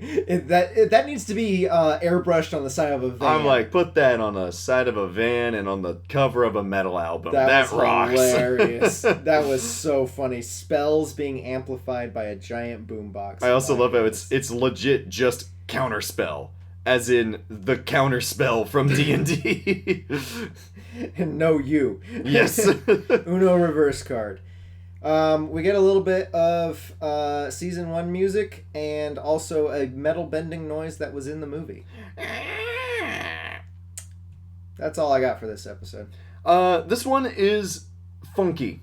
It's a little weird, but it's very entertaining. It gives us some interesting lore on Quintessons, and we get to see a little bit more of the peace conference. I don't like this episode as much as Decepticon Raider and King Arthur's Court, though. Yes. I something about Minonia being in an alternate dimension just doesn't feel as impactful as I don't know. It'd be fun if this was just like a planet. Thing. Yeah. I do really wish that the Springer and Razorclaw arc that we get next episode was in this one, because that would be very entertaining to watch. Yeah. Well, maybe if these episodes were actually 22 minutes. Yeah. Oh well. All right. But that was a fun one. I like it. It's fun, but it's not one I return to very often. I always forget that it exists. Although it does have one of the funniest lines in all of Generation 1. Which we'll get to in the quotes. Yes. Oh, and following along with the this isn't a prison, this is a reward. It's called Madman's Paradise. Yeah. This is literally a paradise it's in the for title. Madman. Yeah. Unless he turned it into a paradise while he was there, but that is pretty well suited for him. So it's got a lot of cool things, and it's got a lot of errors, and it's neat. Maybe I'll watch it more in the future, but it's not one of my favorites. Yeah, it's fine. I like it, but it's not, yeah. All right, next episode? Next episode.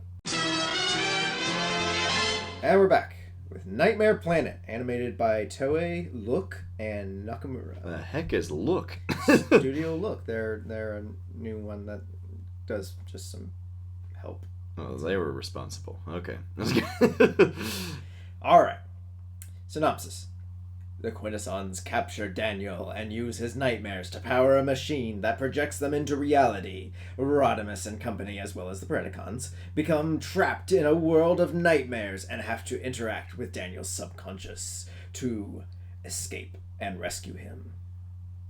Yeah, this episode is pretty straightforward, but it tries its hardest to make sure that you have no idea what it's trying to do. Okay, what the heck is going on? I actually had to write this down, and this is the expanded, like, putting things into chronological order and explaining what's going on. Because this episode takes a very bold turn. Number one, this is part 3 of the Daniel and Peace Conference trilogy. Yes. Because Spike and Carly and Daniel are living in this... the eternal limbo of the intergalactic peace talks. right. But they're living in this house that is like human rooms, but with ceilings high enough for Transformers to get into. Which is kind of neat. Yeah, and these giant doors. So I think that they're definitely on Cybertron. Daniel has a nightmare, and Rodimus tells him to take control of his dreams. It's like, dude, just lucid dream. Yeah. Get over it. Get good, noob. I'm pretty sure they're on Cybertron. It's pretty easy to say when you're a robot and can just reprogram your brain. Yeah, and this is either during or after the peace conference. Then somehow the Quintessons capture him and take him to a facility where they can manifest his dreams into reality. Not really sure where that's at, but Springer says, I don't recognize any of this, implying that he thinks he should be somewhere that he does recognize, probably on Cybertron. So I think that they built this facility on Cybertron somehow. Most likely. This is why we, or at least maybe it's on one of the Cybertronian moons, or somewhere that the Autobots commonly go. They say it's part of their experiments to examine the humans, but it seems to just be a new weapon. The Autobots are searching for him, and so they leave the peace conference to go search for Daniel and stumble into the facility. Probably because the Quintessons left a trail. Yeah. Or perhaps the Predacons were chasing them and I'm not sure if the Quintessons sent the Predacons to chase them into this facility. Because it's just the Predacons. It's not Decepticons. Right. However, I feel like the Quintessons did give the Predacons as a gift to Galvatron during Five Faces of Darkness. So I'm not sure how much control they have over them. Right. The Predacons may have just been sent to attack the peace conference, happened to chase the Autobots into this facility. Yeah. The Quintessons attempt to channel the dreams of Daniel as a weapon, but Daniel's subconscious helps defeat the nightmares because Rodimus told him to try to, lucid dream, basically. Yeah. Get good. The Autobots can interact with and be harmed by these projections, but only the projections can hurt each other and communicate directly with Daniel. So the Autobots have to interact with the projections, which are part of Daniel's subconscious, in order to interact with the bad guy projections or with Daniel. Yeah. When the Quintessons push him too far, he enters like Ultra Instinct or something. It's like super REM sleep. Like, that freaked me out, actually. I was like, oh, shoot! He just bolts upright and stares at them. Yeah. And then one of them's like, no, he's still dreaming. He's still unconscious. Because they push it, not to 50! Yeah. And then it starts it's like bringing... a latent psyker or something. Yeah. So the projections move from the general facility into the control center. Right. And start attacking the Quintessons. Which allows the Autobots a break to find the control room where they are, break in, rescue Daniel, and then Daniel recovers possibly some days later. He's possibly like in a coma for a little while, and then he recovers and wakes up and thinks that it was all a dream. Yeah. And yeah, see, when you describe it, and even when you go into detail, because it's one of those episodes of a show that tries to obfuscate the timeline as much as possible. Yes. Because the way it's presented in the show is Daniel has a nightmare, Rodimus is babysitting like in the movie. Yeah.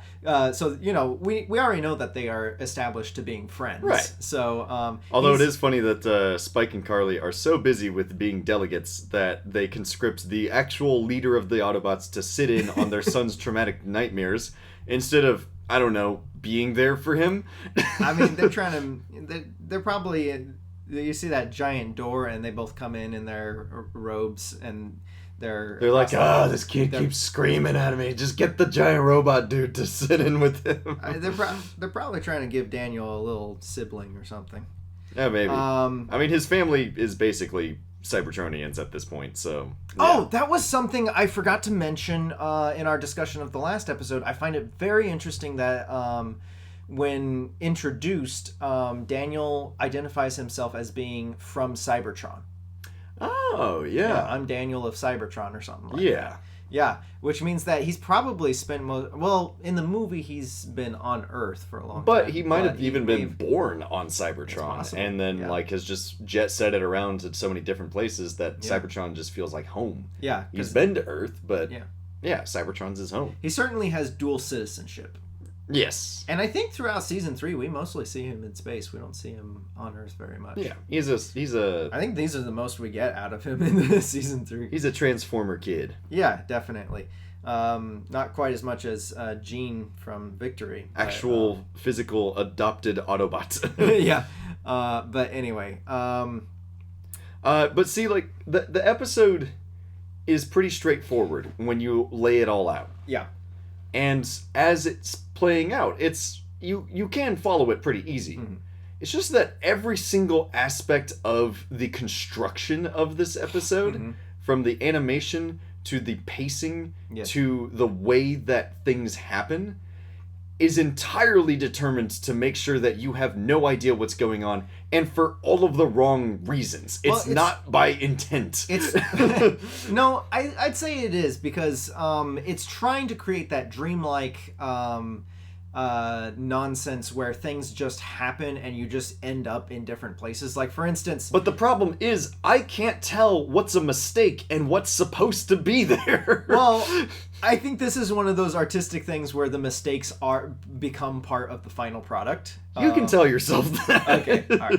But no, like, it immediately cuts from him telling... Rodimus telling Daniel... hey, don't worry about it. Just dream about a bigger Rodimus fighting the giant Galvatron. Yeah. To Rodimus driving within the facility that brings the dreams to life. Yes. You know. And then there's the little tentacle. That's the only thing that we get. Yeah, that's you get like, the little tentacle. Something's after Daniel.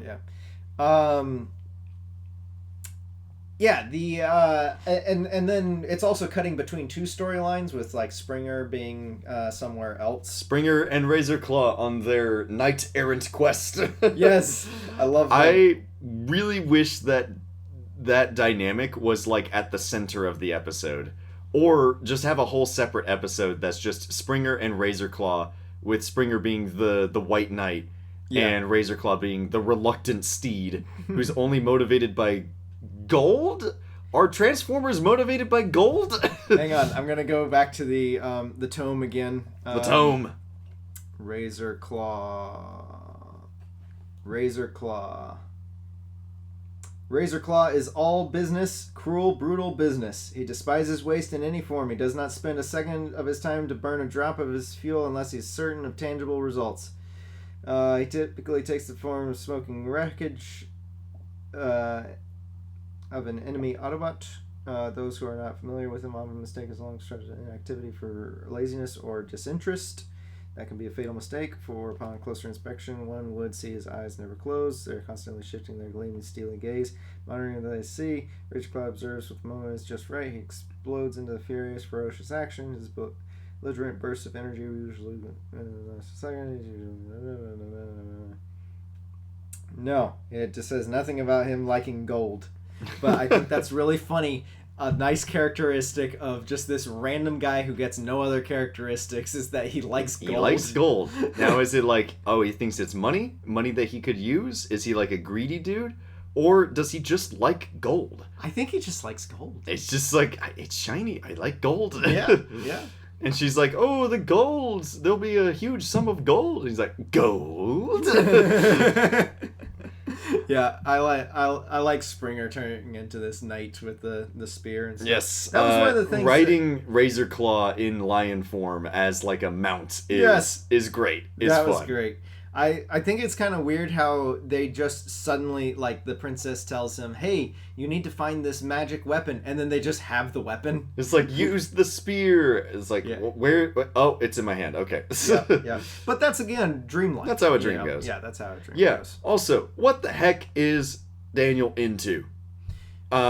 He has, weirdly consistently, every time we see stuff that, like, Daniel likes, fantasy is involved, like... classic grim fairy tale fantasy. Yes. And but there's also like a lot of just carnival stuff. Well, most of it is stereotypical things that scare kids. Giant roller coasters, scary clowns, big monsters. Big monsters from classic movies. Yeah. When movies used to be scary. Yes. Wizard of Oz. Yes. A yellow brick road. And giant Galvatron. Yes. All kids are scared of giant Galvatron. Which, the giant Galvatron always reminds me of that SpongeBob episode where Squidward hallucinates the giant Patrick. And he says, it must be all the pressure. It must be... the pressure. I'm gonna get out of here. And then giant Galvatron gets yeeted like in the movie. Yes. By giant... I will say, props to the animation department. They sold the scale of Big Galvatron and Big Rodimus. Yes. In their scenes. Michelle... go ahead. Sorry. Go ahead. I was going to change that. I was going to say, Michelle asked why Galvatron says, prepare to meet your maker. So we had a discussion about what do the Transformers believe about in the for an afterlife, which apparently... What are the Transformers' theological beliefs? Right. Which in the ghost of Starscream, or Starscream's ghost, apparently they are afraid of ghosts. So they do... They do fear some sort of afterlife. But...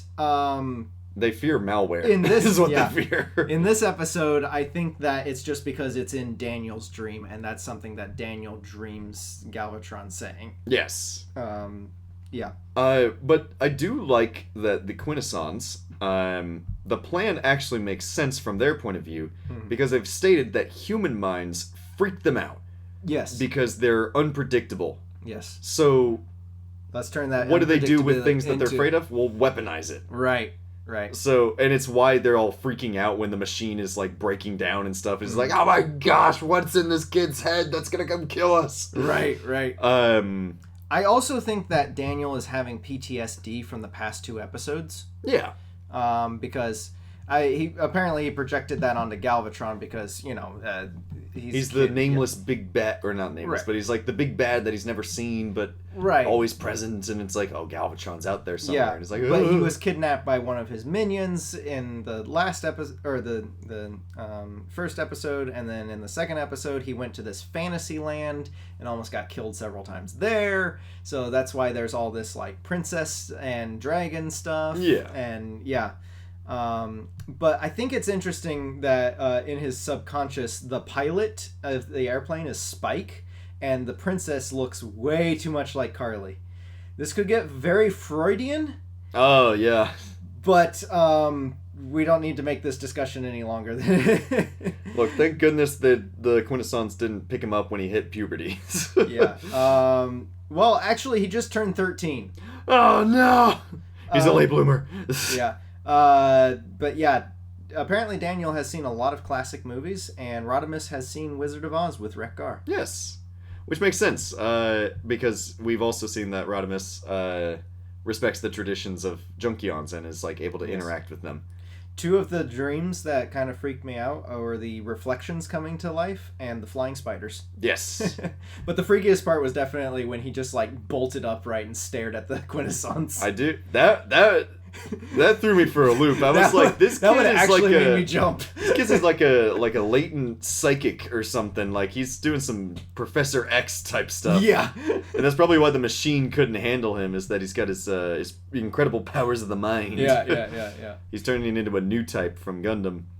But yeah. The freakiest thing for me was the one shot that did not make it out of the animatic stage. It is a full 2.5 seconds that is 3 frames.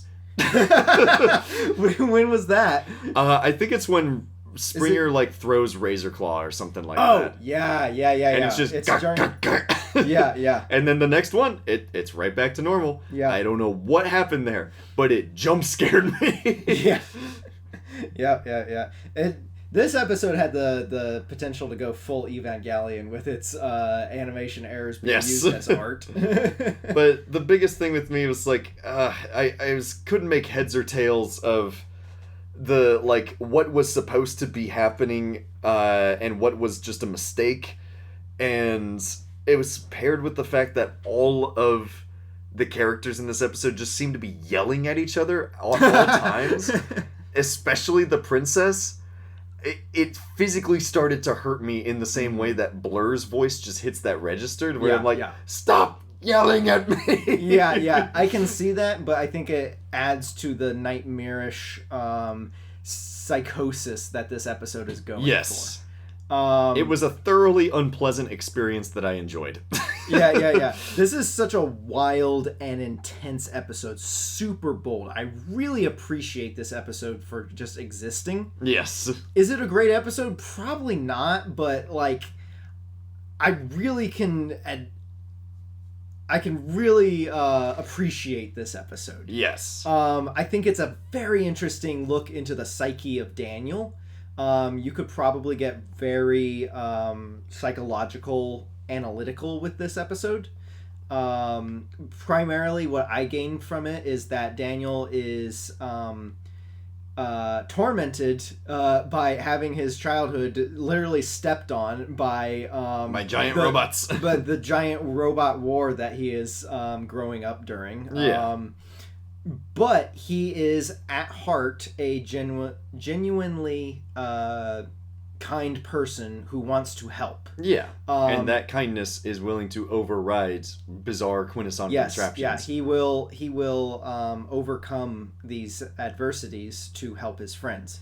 And also that, he's a kid who grows up on Cybertron and doesn't really have a traditional Earth childhood. Mm-hmm. So he's probably gravitating towards those very cliche generic things because he doesn't have those in his life. Yeah.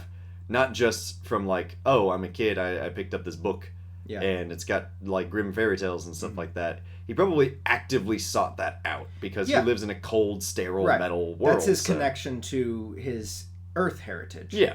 And it also brings as with most, I was going to say children, but also just most humans, storytelling brings a continuity to your life. You can look to stories for inspiration, especially when it comes to being courageous. Yes. That's what stories are supposed to do, is help us understand the world. Yeah.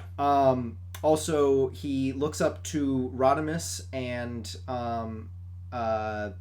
Spike as action heroes. So he actually does... Although apparently Spike doesn't show up very much, so he probably sees him as a somewhat absent figure. Yes.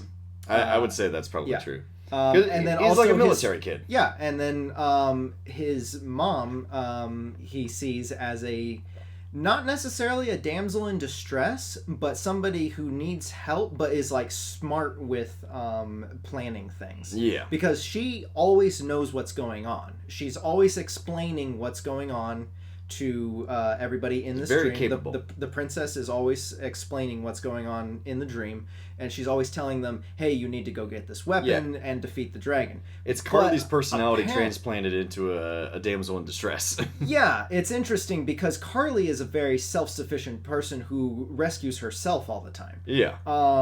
But in here, she has to have the aid of other people. And that's probably just because Daniel has never seen her in the action hero stage of her life. Anyway, yeah. So, very interesting episode. I like it. I understand if you don't. Yeah.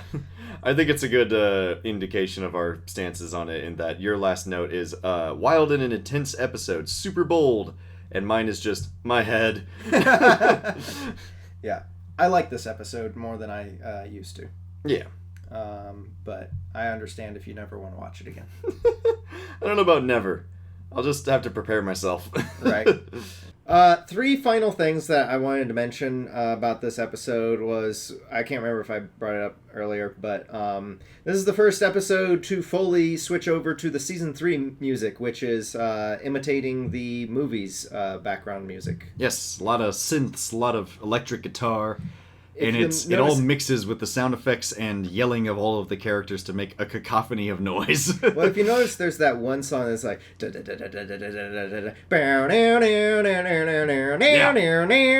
that's exactly mirroring some of the music from the Transformers, the movie. Yes, it's the theme that plays when Unicron is attacking Cybertron, I believe. Yes, and then also I think when Galvatron attacks on... Junk? Planet of Junk, I want to say. Yeah. Cool. This episode, mind-bendery, assault of the senses, and, we're in a wild dream. It reminds me of an episode of the animated show The Batman. From 2004. Yeah. Where they went inside Joker's brain. Yes. And believe me, as a little, small 8-year-old watching The Batman and seeing the inside of the Joker's mind, I was terrified. And a little part of that came through in this episode. Also, this episode was released on Halloween. That explains a lot. Yes, yep. It does. Yep. With that, let's take a short break and come back with our final episode. And we're back with another Halloween-worthy episode. Yes. Ghost in the Machine, animated by Acom and Sam Young. Who the heck is Sam Young? I don't know. I'm just grabbing this off of TF Wiki, but It was just one guy. yeah. It looks it in some scenes. I just thought that, well, I already explained it in this episode. Since we're switching between animation styles so much in season 3, we should start naming who done them. Oh yeah, who done it? Anyway, is it my turn or your turn? I think it's my turn. Okay. Yeah. Starscream's ghost possesses Scourge and takes him to Unicron's head, where they make a deal to do 3 labors for Unicron in return for Starscream to be resurrected. Nothing for Scourge. They steal Metroplex's eyes. Really? Yeah. We'll get to that. They steal Metroplex's eyes, Trypticon's transformation cog, and attempt to connect Unicron to Cybertron. But double-crossing ensues, and the plan fails, as Starscream is launched into deeper space. Once again, exiled to deeper space. Yeah! We get more season 3 music in this episode. Yes, this is kind of going to be the norm going forward. Yep. So I guess Starscream's ghost has just been haunting Char. Like, yes. Because at the end of Starscream's ghost, it shows that he's attached himself to either Scourge or one of the sweeps. It's kind of hard to tell. Yeah. Because he does not use Scourge's normal voice. Right.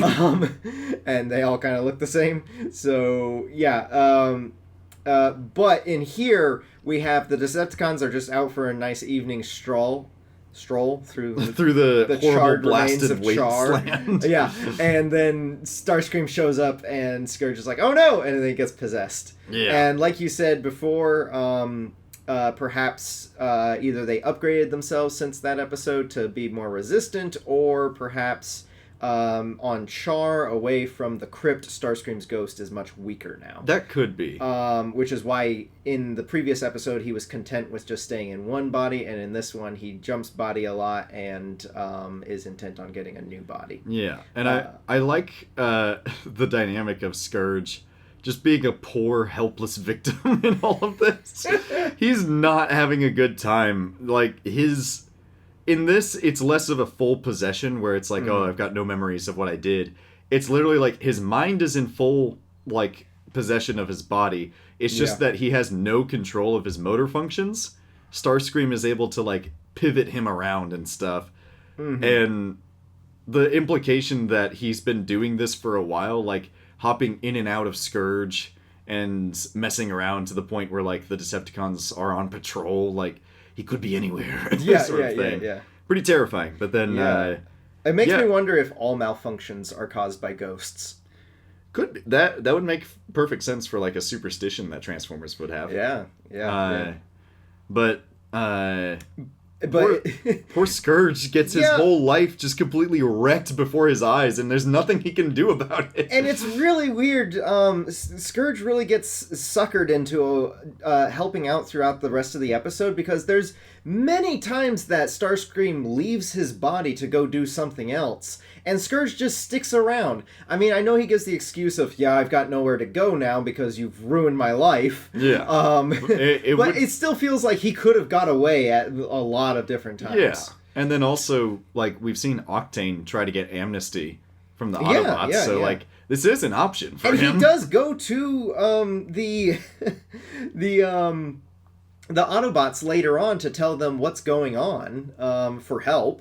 When Galvatron, like, just completely pshaw. And they're ready to shoot on sight, too, so... Right.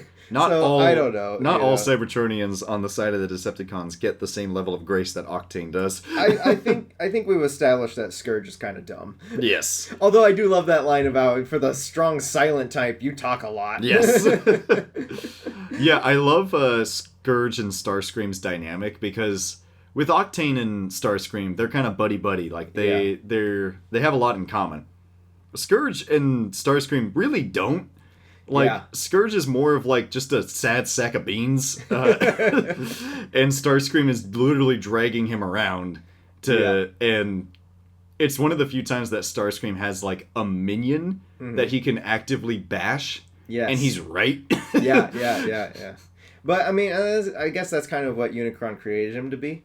True. And we get an interesting reference. Unicron actually remembers like creating Scourge, I guess. Yeah. Because he references that. Yeah, he says that there's something about, like, what I have given you I can also take away. Yeah. So if all the Decepticons that he reformatted were, like, in front of him, would he be able to, like, unmake them or something? I would think so. At full power, yes.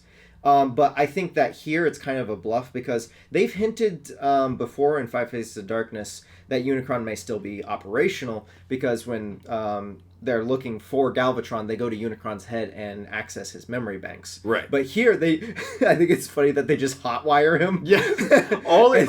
A cosmic, planet-eating, unknowable eldritch being from the deepest dark depths of space is revived and brought back online, not by a ritualistic sacrifice, not by the sacrificing of 10,000 souls. It's a literal hotwire like a car. I mean, it plays into him being a robot. Yes. And what we'll learn later about him in season 3. Exactly. About how he was created. This version is way less of the cosmic entity and more of just a big dude. and I think that throughout the movie in season 3, there's a lot of thematic elements of the things that you thought were scary when you stand up and face them end up not being as scary as they are, and they lose a lot of their power over you as we go on through the series, as you grow up, as you get better at confronting these things. Yeah. And Unicron is definitely, like we talked about in the movie, definitely one of those things. And in season 3, even though they bring him back and the Autobots and the Decepticons are clearly still scared of him, because, yeah, they've been through big trauma. He's in a weaker state here. Obviously, he's just a head with no eyes. Yeah. But he is... throughout season 3, he continuously gets weaker and weaker, because when they go to his head in Five Phases of Darkness, ooh, creepy, spooky place, right? We're not sure, is he alive, is he not? Here, he, they bring him back to life.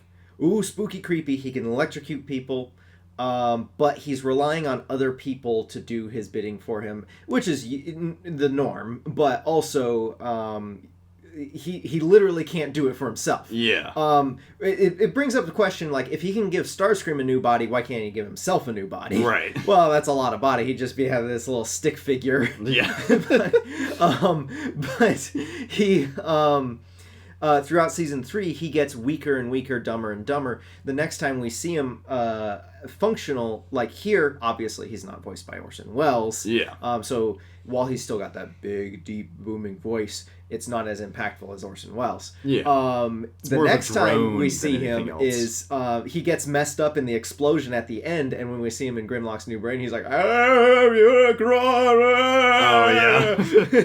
And he's only like in there for like a second, and then I think they smash his brain again or something. He's had some brain damage at the end of this episode. And then the final sucker punch to Unicron is he was made by some monkey out on some asteroid. They really kick him while he's down. Yeah. But anyway, that's here. I think it's really neat that we have like a classical Greek god bargain of you do 3 tasks for me. They even call it labors. Yeah. And he'll bring Starscream back to life. I think that's very classical Greek mythology. Yes, and it's like there's even the classic myth, fairy tale sort of thing of like the Starscream's like Pinocchio. He wants to be a real boy again. I guess. Yeah.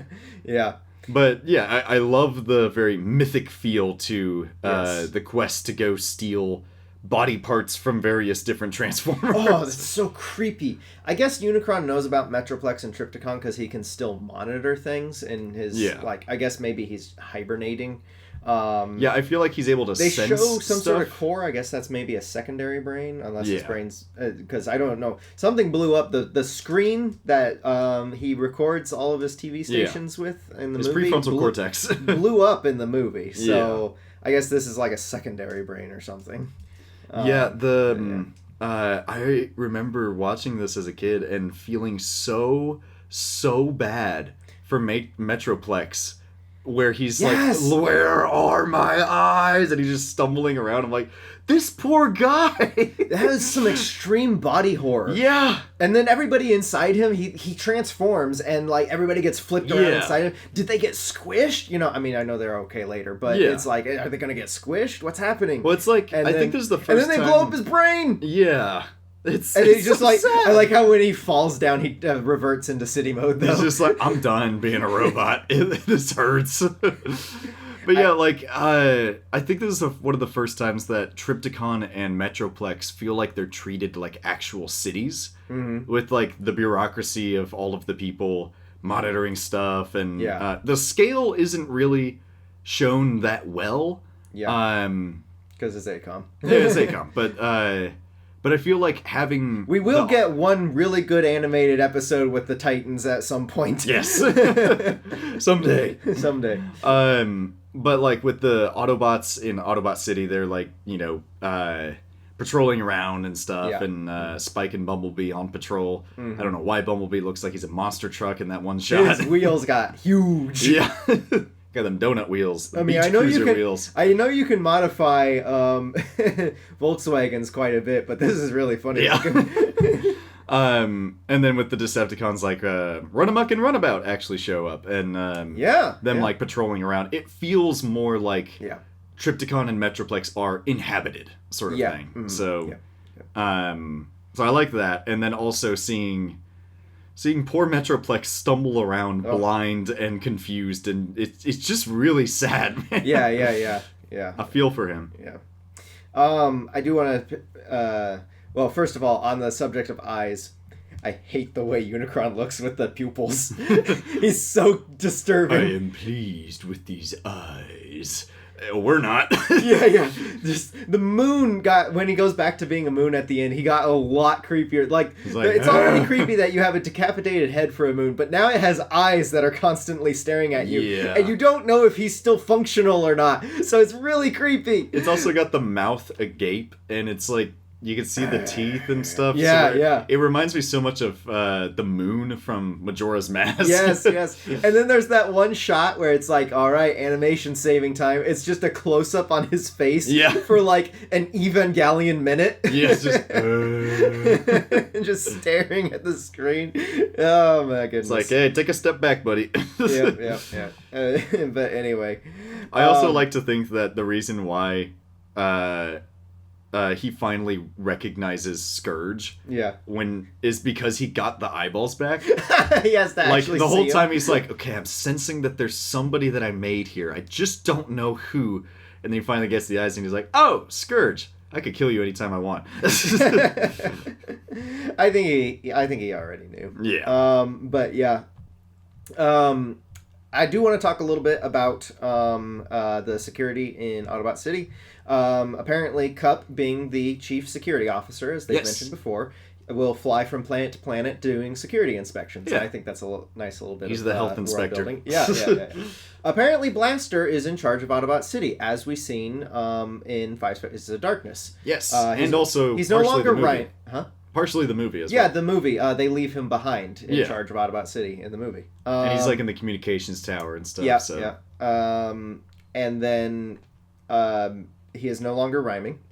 My question was, why does Scream possess Cup and then explode and then does not try again? But I like to think he just caused him to have a gigantic explosive fart and then left the body. Okay, so I think because it's just bad planning on the execution on the episode's part, they just knew there was supposed to be an explosion. I came up with two theories. One is that Starscream was trying to possess Cup so he'd have access to Metroplex's security system so they could get into the eyes. But Scourge was simultaneously planting a bomb for a diversion, and they just happened to just bungle that plan. Just do it at the same time. Yeah. The other theory is, I think what's happening is, Cup says, you did a good job here, you should be proud, and Blaster says, yes, we take our job very seriously, and then he leans against the control panel, and the joke is that he's blasting music. Blasting music really loud, and Spike says, that's some serious music. Yeah, they're still making bad puns. Yep. But then the volume is up so loud that the speakers explode, and the explosion, it just so happens to be as Starscream's trying to possess Cup to get That would security make clearance, lot more sense. And it just throws him out of Cup, and he's like, nah, screw that plan. Since everybody's already on high alert and the explosion scrambled the security systems, we're just gonna go in and guns ablaze and get the or eyes. Starscream possessed the sound system and then caused it to like crank up and explode. Yeah, but then he that tried could to be the possess other- Cup, and then it did like I don't know. Yeah, that could be the other thing. That was the other thing that I thought. The third theory was that Starscream caused the music to get real loud. It wasn't actually Blaster's fault. We could speculate about intent on that scene a lot. Yeah, but we may never know. But one thing that I love is the kind of invented... This feels like a thing in like comic books. Yeah. Where they have like a set of powers for a character, and then one writer gets their hand on it and then extends it like the next logical step. Yeah. Of like Avatar: The Last Airbender. Yeah, where it's like, oh well, if he's got air powers, then that means that he could suck the air out of somebody's lungs and kill them that way. That's what this one episode. Yeah. That's what this feels like for Starscream's ghost ability, where it's like, well, he could possess Transformers. Yeah. Does it really matter how big of a Transformer he can possess? So him possessing Trypticon is genius. Yes. I love that. And it actually made a return in the Machinima series. I think it was Titan's Return or something. I forgot about that. Except it's much more exciting in this episode. Yes. That one was a lot slower. A lot more screaming. Yeah. I will say, Starscream lives up to his name in the Machinima series. He's he does a lot of screaming. He's screaming a lot. Apparently, Trypticon can neutralize weapons. I want to, again, get the tome. The tome is back. For a third time this episode. We are heavily entrenched in the deep tome lore. If I can find Trypticon. Da da da da da da da da.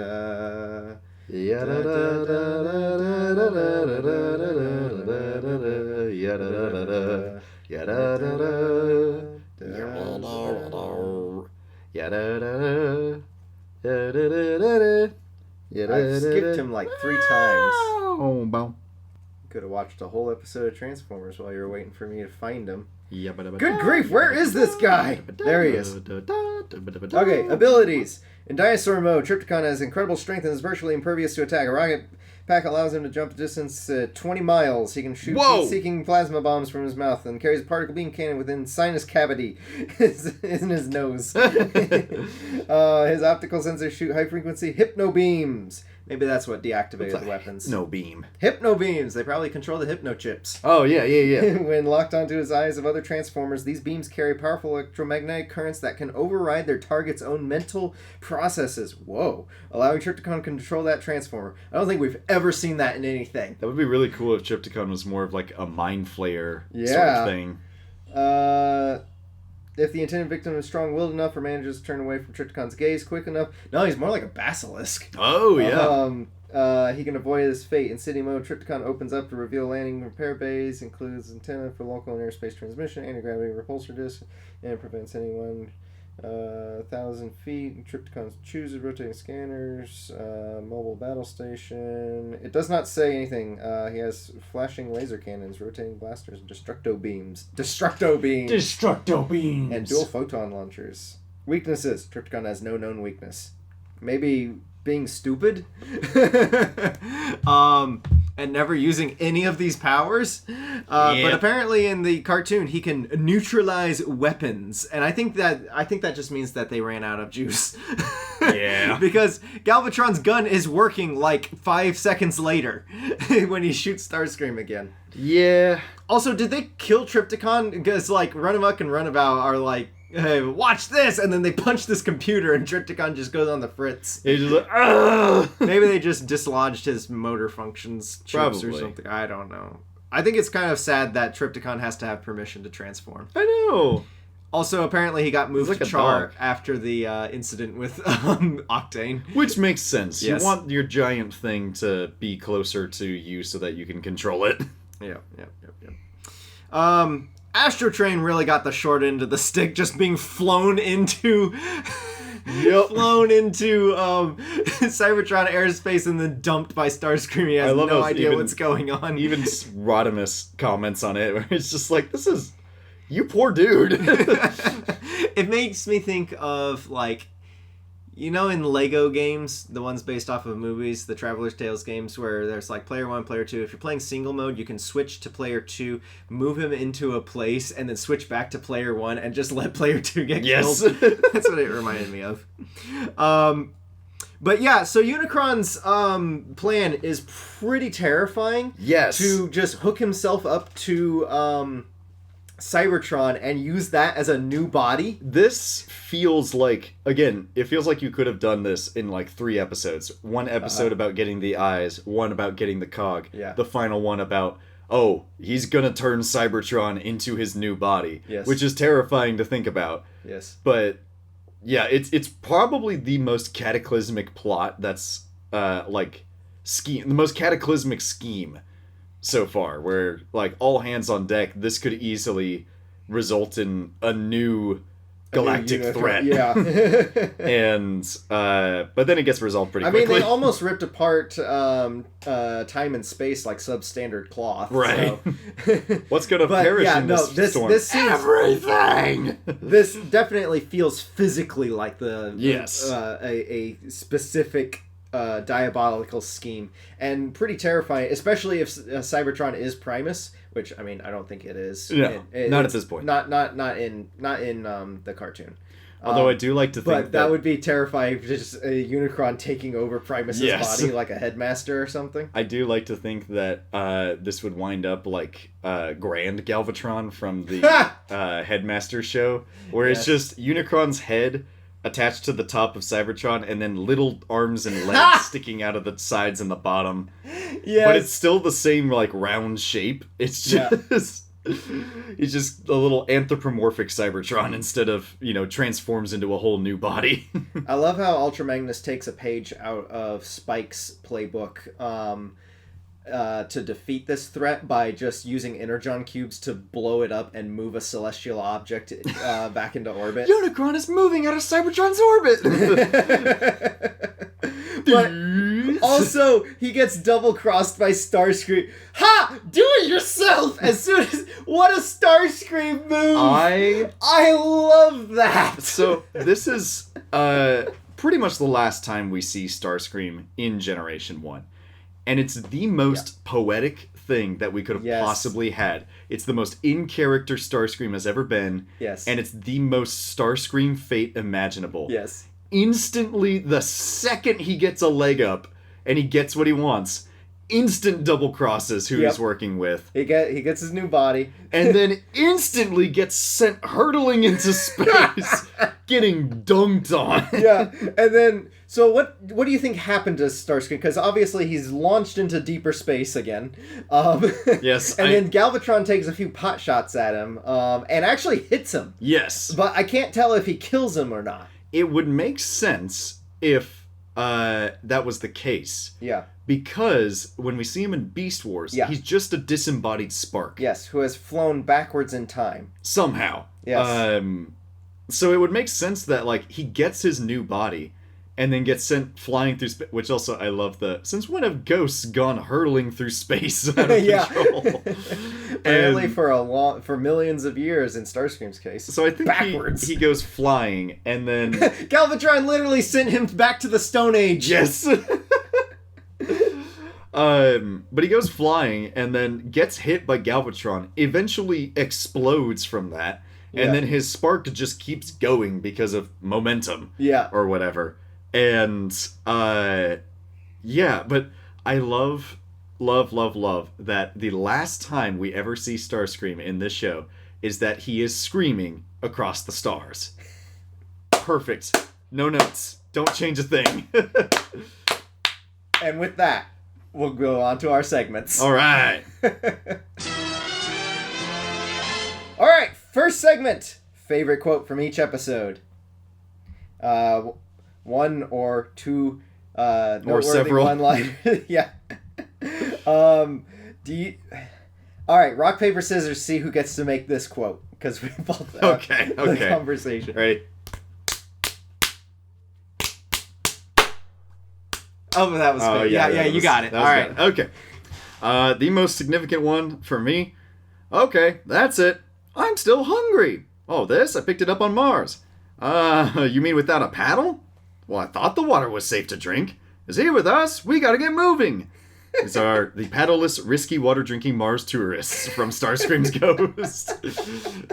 Oh, also, I love that little bit of dialogue because it makes absolutely no sense. And the fact that they're walking past Scutzoid as he's trying to throw a cooked grenade. Yeah, he's overcooking he's just like, that grenade. I can't get past the... No. All right, I'll go with my second choice. Eat my dust! That's my dust! Oh, the funny lines that can come from the fact that Transformers can ride inside of each other's vehicle forms. Alright, surprise party. I quote this on a regular basis every time my computer decides to freeze up on me, which is a lot. Technical difficulties, I suppose. Yes, technical difficulties. From the Custodio bot in Surprise Party. Hey, Dad. Guess I'm in trouble, huh? Don't worry about that. Don't worry about it. I've been in worse. I also like the drones that are shouting invalid file name as they attack. Yes. Alright, Madman's Paradise. I see you wrote it down so you can... Oh, yeah. Where are we? Not Cybertron. California, maybe? Grimlock. I audibly wheezed when you said the that. most astute Transformer on the planet. More like Holly Weird. another quote was now what did you do? Make mistake? God bless Grimlock. He's got some great lines in this episode. Yeah. He's in his full oaf era, but it's still lovable oaf. Yeah. I also like this line, everybody's stranger here. If us not go with stranger, us not go! I can't argue with his logic. He's got a point. Nightmare Planet. We both right. Alright. 3, 2, 1, go. Fool! Galvatron can be any size he wants! Which I think the real Galvatron would also believe this. Yes, this is true. I think he believes himself to be much larger than he actually is. Alright, Ghost in the Machine. I quote this one on a daily basis. But we were just there! We also get a mention of Marconian dogs. I don't know what that is, but I don't know. I want to pet them. Yeah. Well, Galvatron seems to insinuate that they're stupid, so... Yeah. So maybe they would like being pet. Alright, go ahead. Well, you've got one as well that passes. Oh, yeah. So Starscream says, passes? I don't need to show you no stinking passes! Which is a quote from Treasure of Sierra Madre. Really? I watched that for the first time recently, and when the bandit says, badges? We don't need to show you no stinking badges! I was like, that's where that's from! I had no clue. Yeah. That was awesome. But I love this Galvatron line, but you also wrote it down, so go ahead. Well, all I can say is... Rah! Which is pretty much the only thing that Galvatron can say. Exactly. And then I love Rodimus talking to Astro Train after he gets dumped on Cybertron. Why did Galvatron have you attack Cybertron all by yourself? Are you stupid or just obedient? Which has the same vibe as, you are either lying or you're just stupid. Poor Astro Train. Poor guy. Okay, next segment. Favorite characters in this batch of episodes. Who and why? Oh, there's a lot of them. Yeah. We get a lot of good characters in these episodes. I mean, Starscream. I might have to go with Starscream. Starscream is an obvious choice. I do like Octane, though. Octane's a really fun one. I do think that Octane kind of steals the episode that he's in. Yes, he steals almost every episode. Well, honestly, Starscream hijacks Octane's episode. Yeah, he possesses it. Yeah, but it's so nice to see Starscream back. Yeah, I do like. I don't mind Daniel. in Surprise Party. Yes, Daniel is not that bad in these episodes. He's a good character in Surprise Everybody Party. on Daniel, but yeah, like in these episodes, he's not bad. That's what we should have called this episode, Dunkin' on Daniel. Dunkin' on Daniel. Yeah, I don't know. My gut's telling me Octane, honestly. Like, yeah. He's good. He's a fun character. I want him to show up in more things. Yes, yeah. As his characterization from this one. I think it's just that he is, like you said, he is a combination of Swindle and Starscream, and Swindle and Starscream are far more marketable. That's true. Yeah. Swindle gets... They're more widely recognized, because one is a poster child of Transformers, and the other is part of a famous combiner team. Anyway, next segment. Favorite magic slidey hand tech. Notable gadgets from various Transformer body parts. Starscream's Ghost. I didn't notice any. I didn't see any either. I guess we could count the Electro Whip. Oh, yes. You definitely just used for torture. Yeah. Also, they handcuff Octane at one point. So yes. Sure. Why not? I guess maybe the Energon hors d'oeuvres. Dust. Sandstorm's Dust. I was Sandstorm's Dust as well. Surprise Party. Magnus actually uses his shoulder rockets. Yay! Yes! One of the, 3 times that he uses it. Wheelie has a light in his forehead that I thought was a CD player. I always thought it was like a floppy disk thing. Yeah. And then Wheelie also has a light in his knee. Very necessary. Mm-hmm. Madman's Paradise. Daniel has a little electro knife. It's like a little butter knife, but like a lightsaber. Yeah. And Grimlock has a sword. It's not We haven't seen that since season 1. Yeah. he always has a sword. Maybe Dinobot's Island. This is the first time that we've seen one that's made of metal, it looks like. It's shiny. I think it's always made of metal. Yeah, but sometimes it's pure black. And it's red! Nightmare Planet. Yeah, the Quintesson's weird nightmare machine that goes to level 1, level 2, level 3, level 4, and then level I. Very important. Not to 50! But yeah, it's not very noticeable. It's just a little headset and a bed and a computer monitor. Ghost in the Machine, I didn't notice any slidey hand tech, but we do get eyeballs and brains. They're green. It's like a green football. Yeah, and we get brains. Yes. Bronze. Next segment! Favorite errors. Noteworthy animation, sound design, lore mistakes per episode. I think my favorite from this one has got to be Cyclonus's glow up. His maxillofacial glow up. Starscream's Ghost, yes. Why is Galvatron invisible on that chair? When he's yelling at Skuxle. It makes me... I feel like it's a commentary on the fact that the person that people think is Galvatron, he really isn't all there.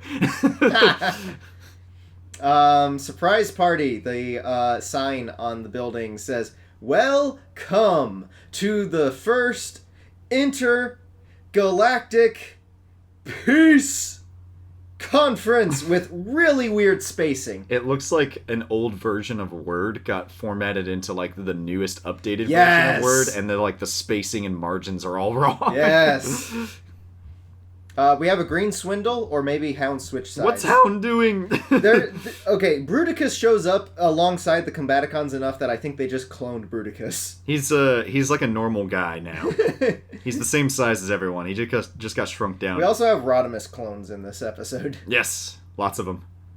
The golden one has a cup on his head. I just think it's a stupid design choice. It's a very strange design choice.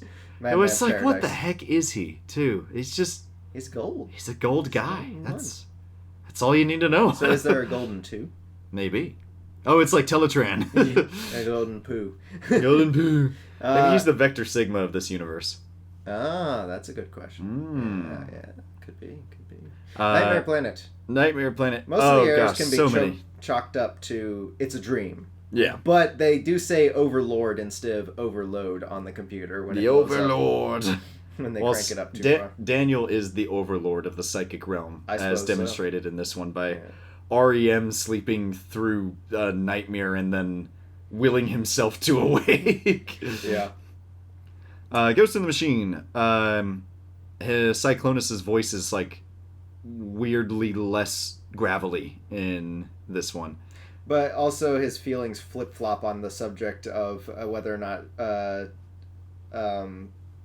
his voice and his feelings flip-flop because he's like, oh no, he's just having a malfunction. He's a traitor. Give him no quarter. Yeah. Galvatron. Yeah, I'm gonna be real, like, I think it's mostly the vocoder and stuff, but every time that Cyclonus speaks, it tickles something in my brain. I'm like, ooh, yes. Yeah. When his voice is correct, I really like Cyclonus' voice. Galvatron is behind a screen when he's supposed to be in a chair. Like, when he does the, all I have to say is blah! He's like behind, it looks like he's in a computer screen, so he just shoots a computer. But the scene before that, he's sitting in front of the screen. I'd like to think that Galvatron has 4D capabilities. Anytime he's on a monitor, he's able to, like, ooh, stretch out of it. Fool! Galvatron can be on either side of the screen he wants! Galvatron is not limited by broadcast television. Alright, next segment. TF Wiki Go Button Trivia. TF Wiki Go Button. My random page for today is Pickup, or Bat Robo. Bat Robo. He is... he Robo goes with vroom. A little accent mark. Yeah, he goes... he goes vroom, he crashes, then becomes an invincible robot. Goal! That's the caption for his... He is literally just a truck... standing up. With the cab, like... The front part of the cab is his arms, and they're raised above him. And then his head is sticking out the front. That's it. He's got, like, no legs whatsoever. Alright, let me try to explain for the for people who cannot see what we're looking at. Basically, he was part of the Transformers Brazil line, which had its own exclusive toys, such as this guy. And he appears to be... you pull back vehicle mode, he turns into like a big truck or a pickup truck. Sorry, a pickup truck that has like a light bar on the top and all that stuff. A 4x4, whatever. You pull him back and let him go. He crashes into something, and the pressure plate on the front makes him pop up into robot mode. So the wheels kind of fold down to make the whole truck body stand up, and then the hood of the truck splits open to reveal his arms and his head. I'm looking through this history section. This is wild. Go ahead. So, the pickup mold, like the mold that Bat Robo has, originally was made by the Asahi Corporation in Japan, but they were sold in Brazil as the Powertrons by the Ertl Company, and then eventually they would make their way to fellow Brazilian toy manufacturer Glasslight, which he was part of the Crashtron label of the Mutante toy line, which was in itself a localization of GoBots, which might not have been official, and this meant that Bot Robo was a toy that was released both as a Transformer and as a GoBot, but only in Brazil. Oh my goodness. Then, in the 2000s, he was released as a Crashmon spin-off from Digimon. Wow. Holy smokes! Wow. He's been in... So this one dude has been in 3 different... character toy lines. Which, to be fair, looking at some of the Digimon, like, I wouldn't be surprised if there was a random crashing pickup truck as a Digimon. They got so wild with their designs. Yeah. Wow. That's wild. Also, they don't know if he's an Autobot or a Decepticon because he doesn't have any insignia. Yes.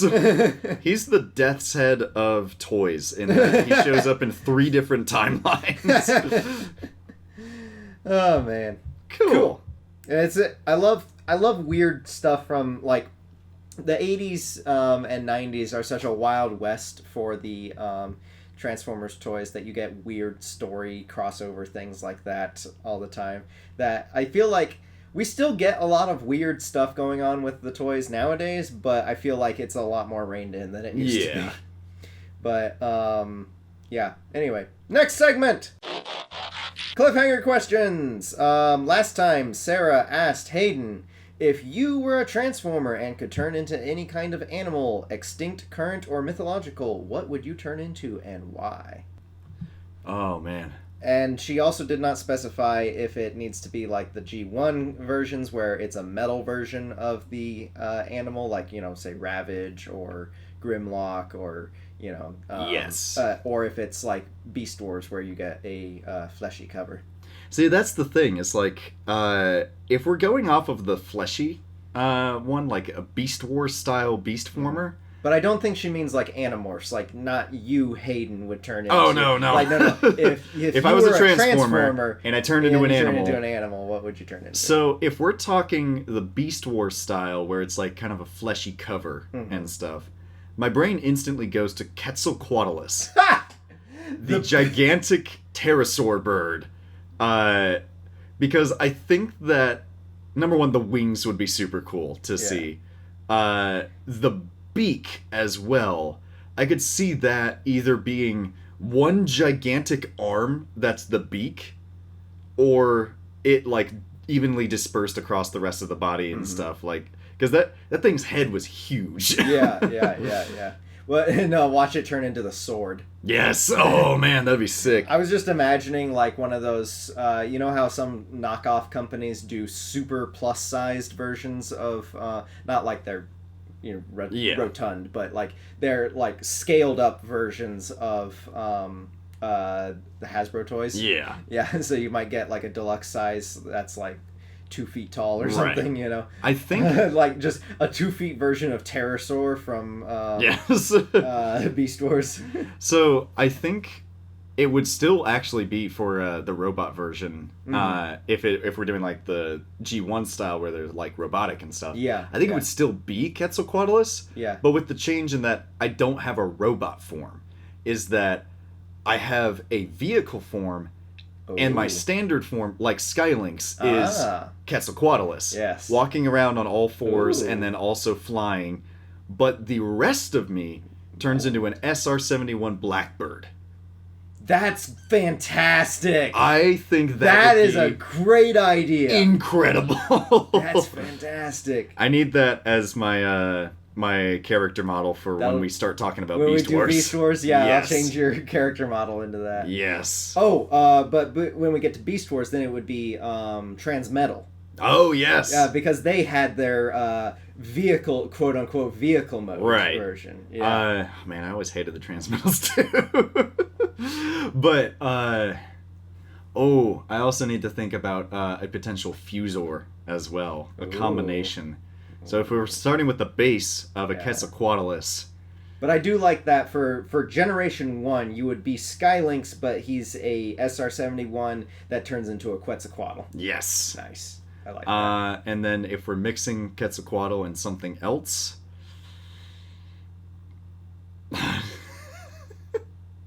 Just something really weird. Yeah, I was thinking like a hedgehog mixed with a Quetzalcoatl. It doesn't make a lick of sense. But that's just Beast Wars. It would actually just be... I'm just realizing now that would just be Nergigante from Monster Hunter, which is basically a dragon, but he's a porcupine. Well, you are a big Monster Hunter fan. Truly. So and seeing a like metal robot version of Nergigante would be incredible. Nice. But yeah, Quetzalcoatlus is the through line on all of that. So yes, nice. I just like me a big pterosaur. I'm still trying to figure out when our next guest is going to be on. It may be next episode. It may be in 2 episodes. So you can go ahead and ask me a question this time, and then I just won't answer if next episode we have a guest. Let me think. Okay, so my question for you is, what character do you feel needs to either be adapted, like readapted, a character that hasn't really been in the spotlight, that deserves to be adapted either as a translation of their original characterization or as a drastic reinterpretation of their characterization? Someone who needs to be brought back into the spotlight, who deserves to be brought back into the spotlight, but either is the same or is radically different. Well, it's got to be the Bat Robo pickup. Of course! Just make him a dimension hopping. Dang it! Now I gotta think of another one. No, I'll think of a better question, better answer to that for the next episode. And but that is bringing us to our wrap up. All right. Thank you all so much for joining us and listening to our ramblings. Next time we will be reviewing the episodes Web World. Oh boy. Carnage in C Minor. The Big Broadcast of 2006. It's so far in the future.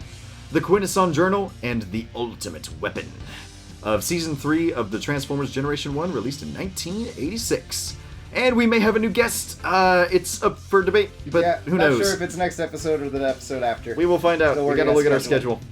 At the time of this recording, these Transformers episodes are available on Hasbro Pulse YouTube channel as well as on DVD and several other streaming services such as Tubi and Pluto. We're not sponsored, just want to let you know where to watch them in case that you want to follow along with this show. Our podcast is available on YouTube and Spotify. We will see you in the next episode. Yes, thank you for joining and see you later.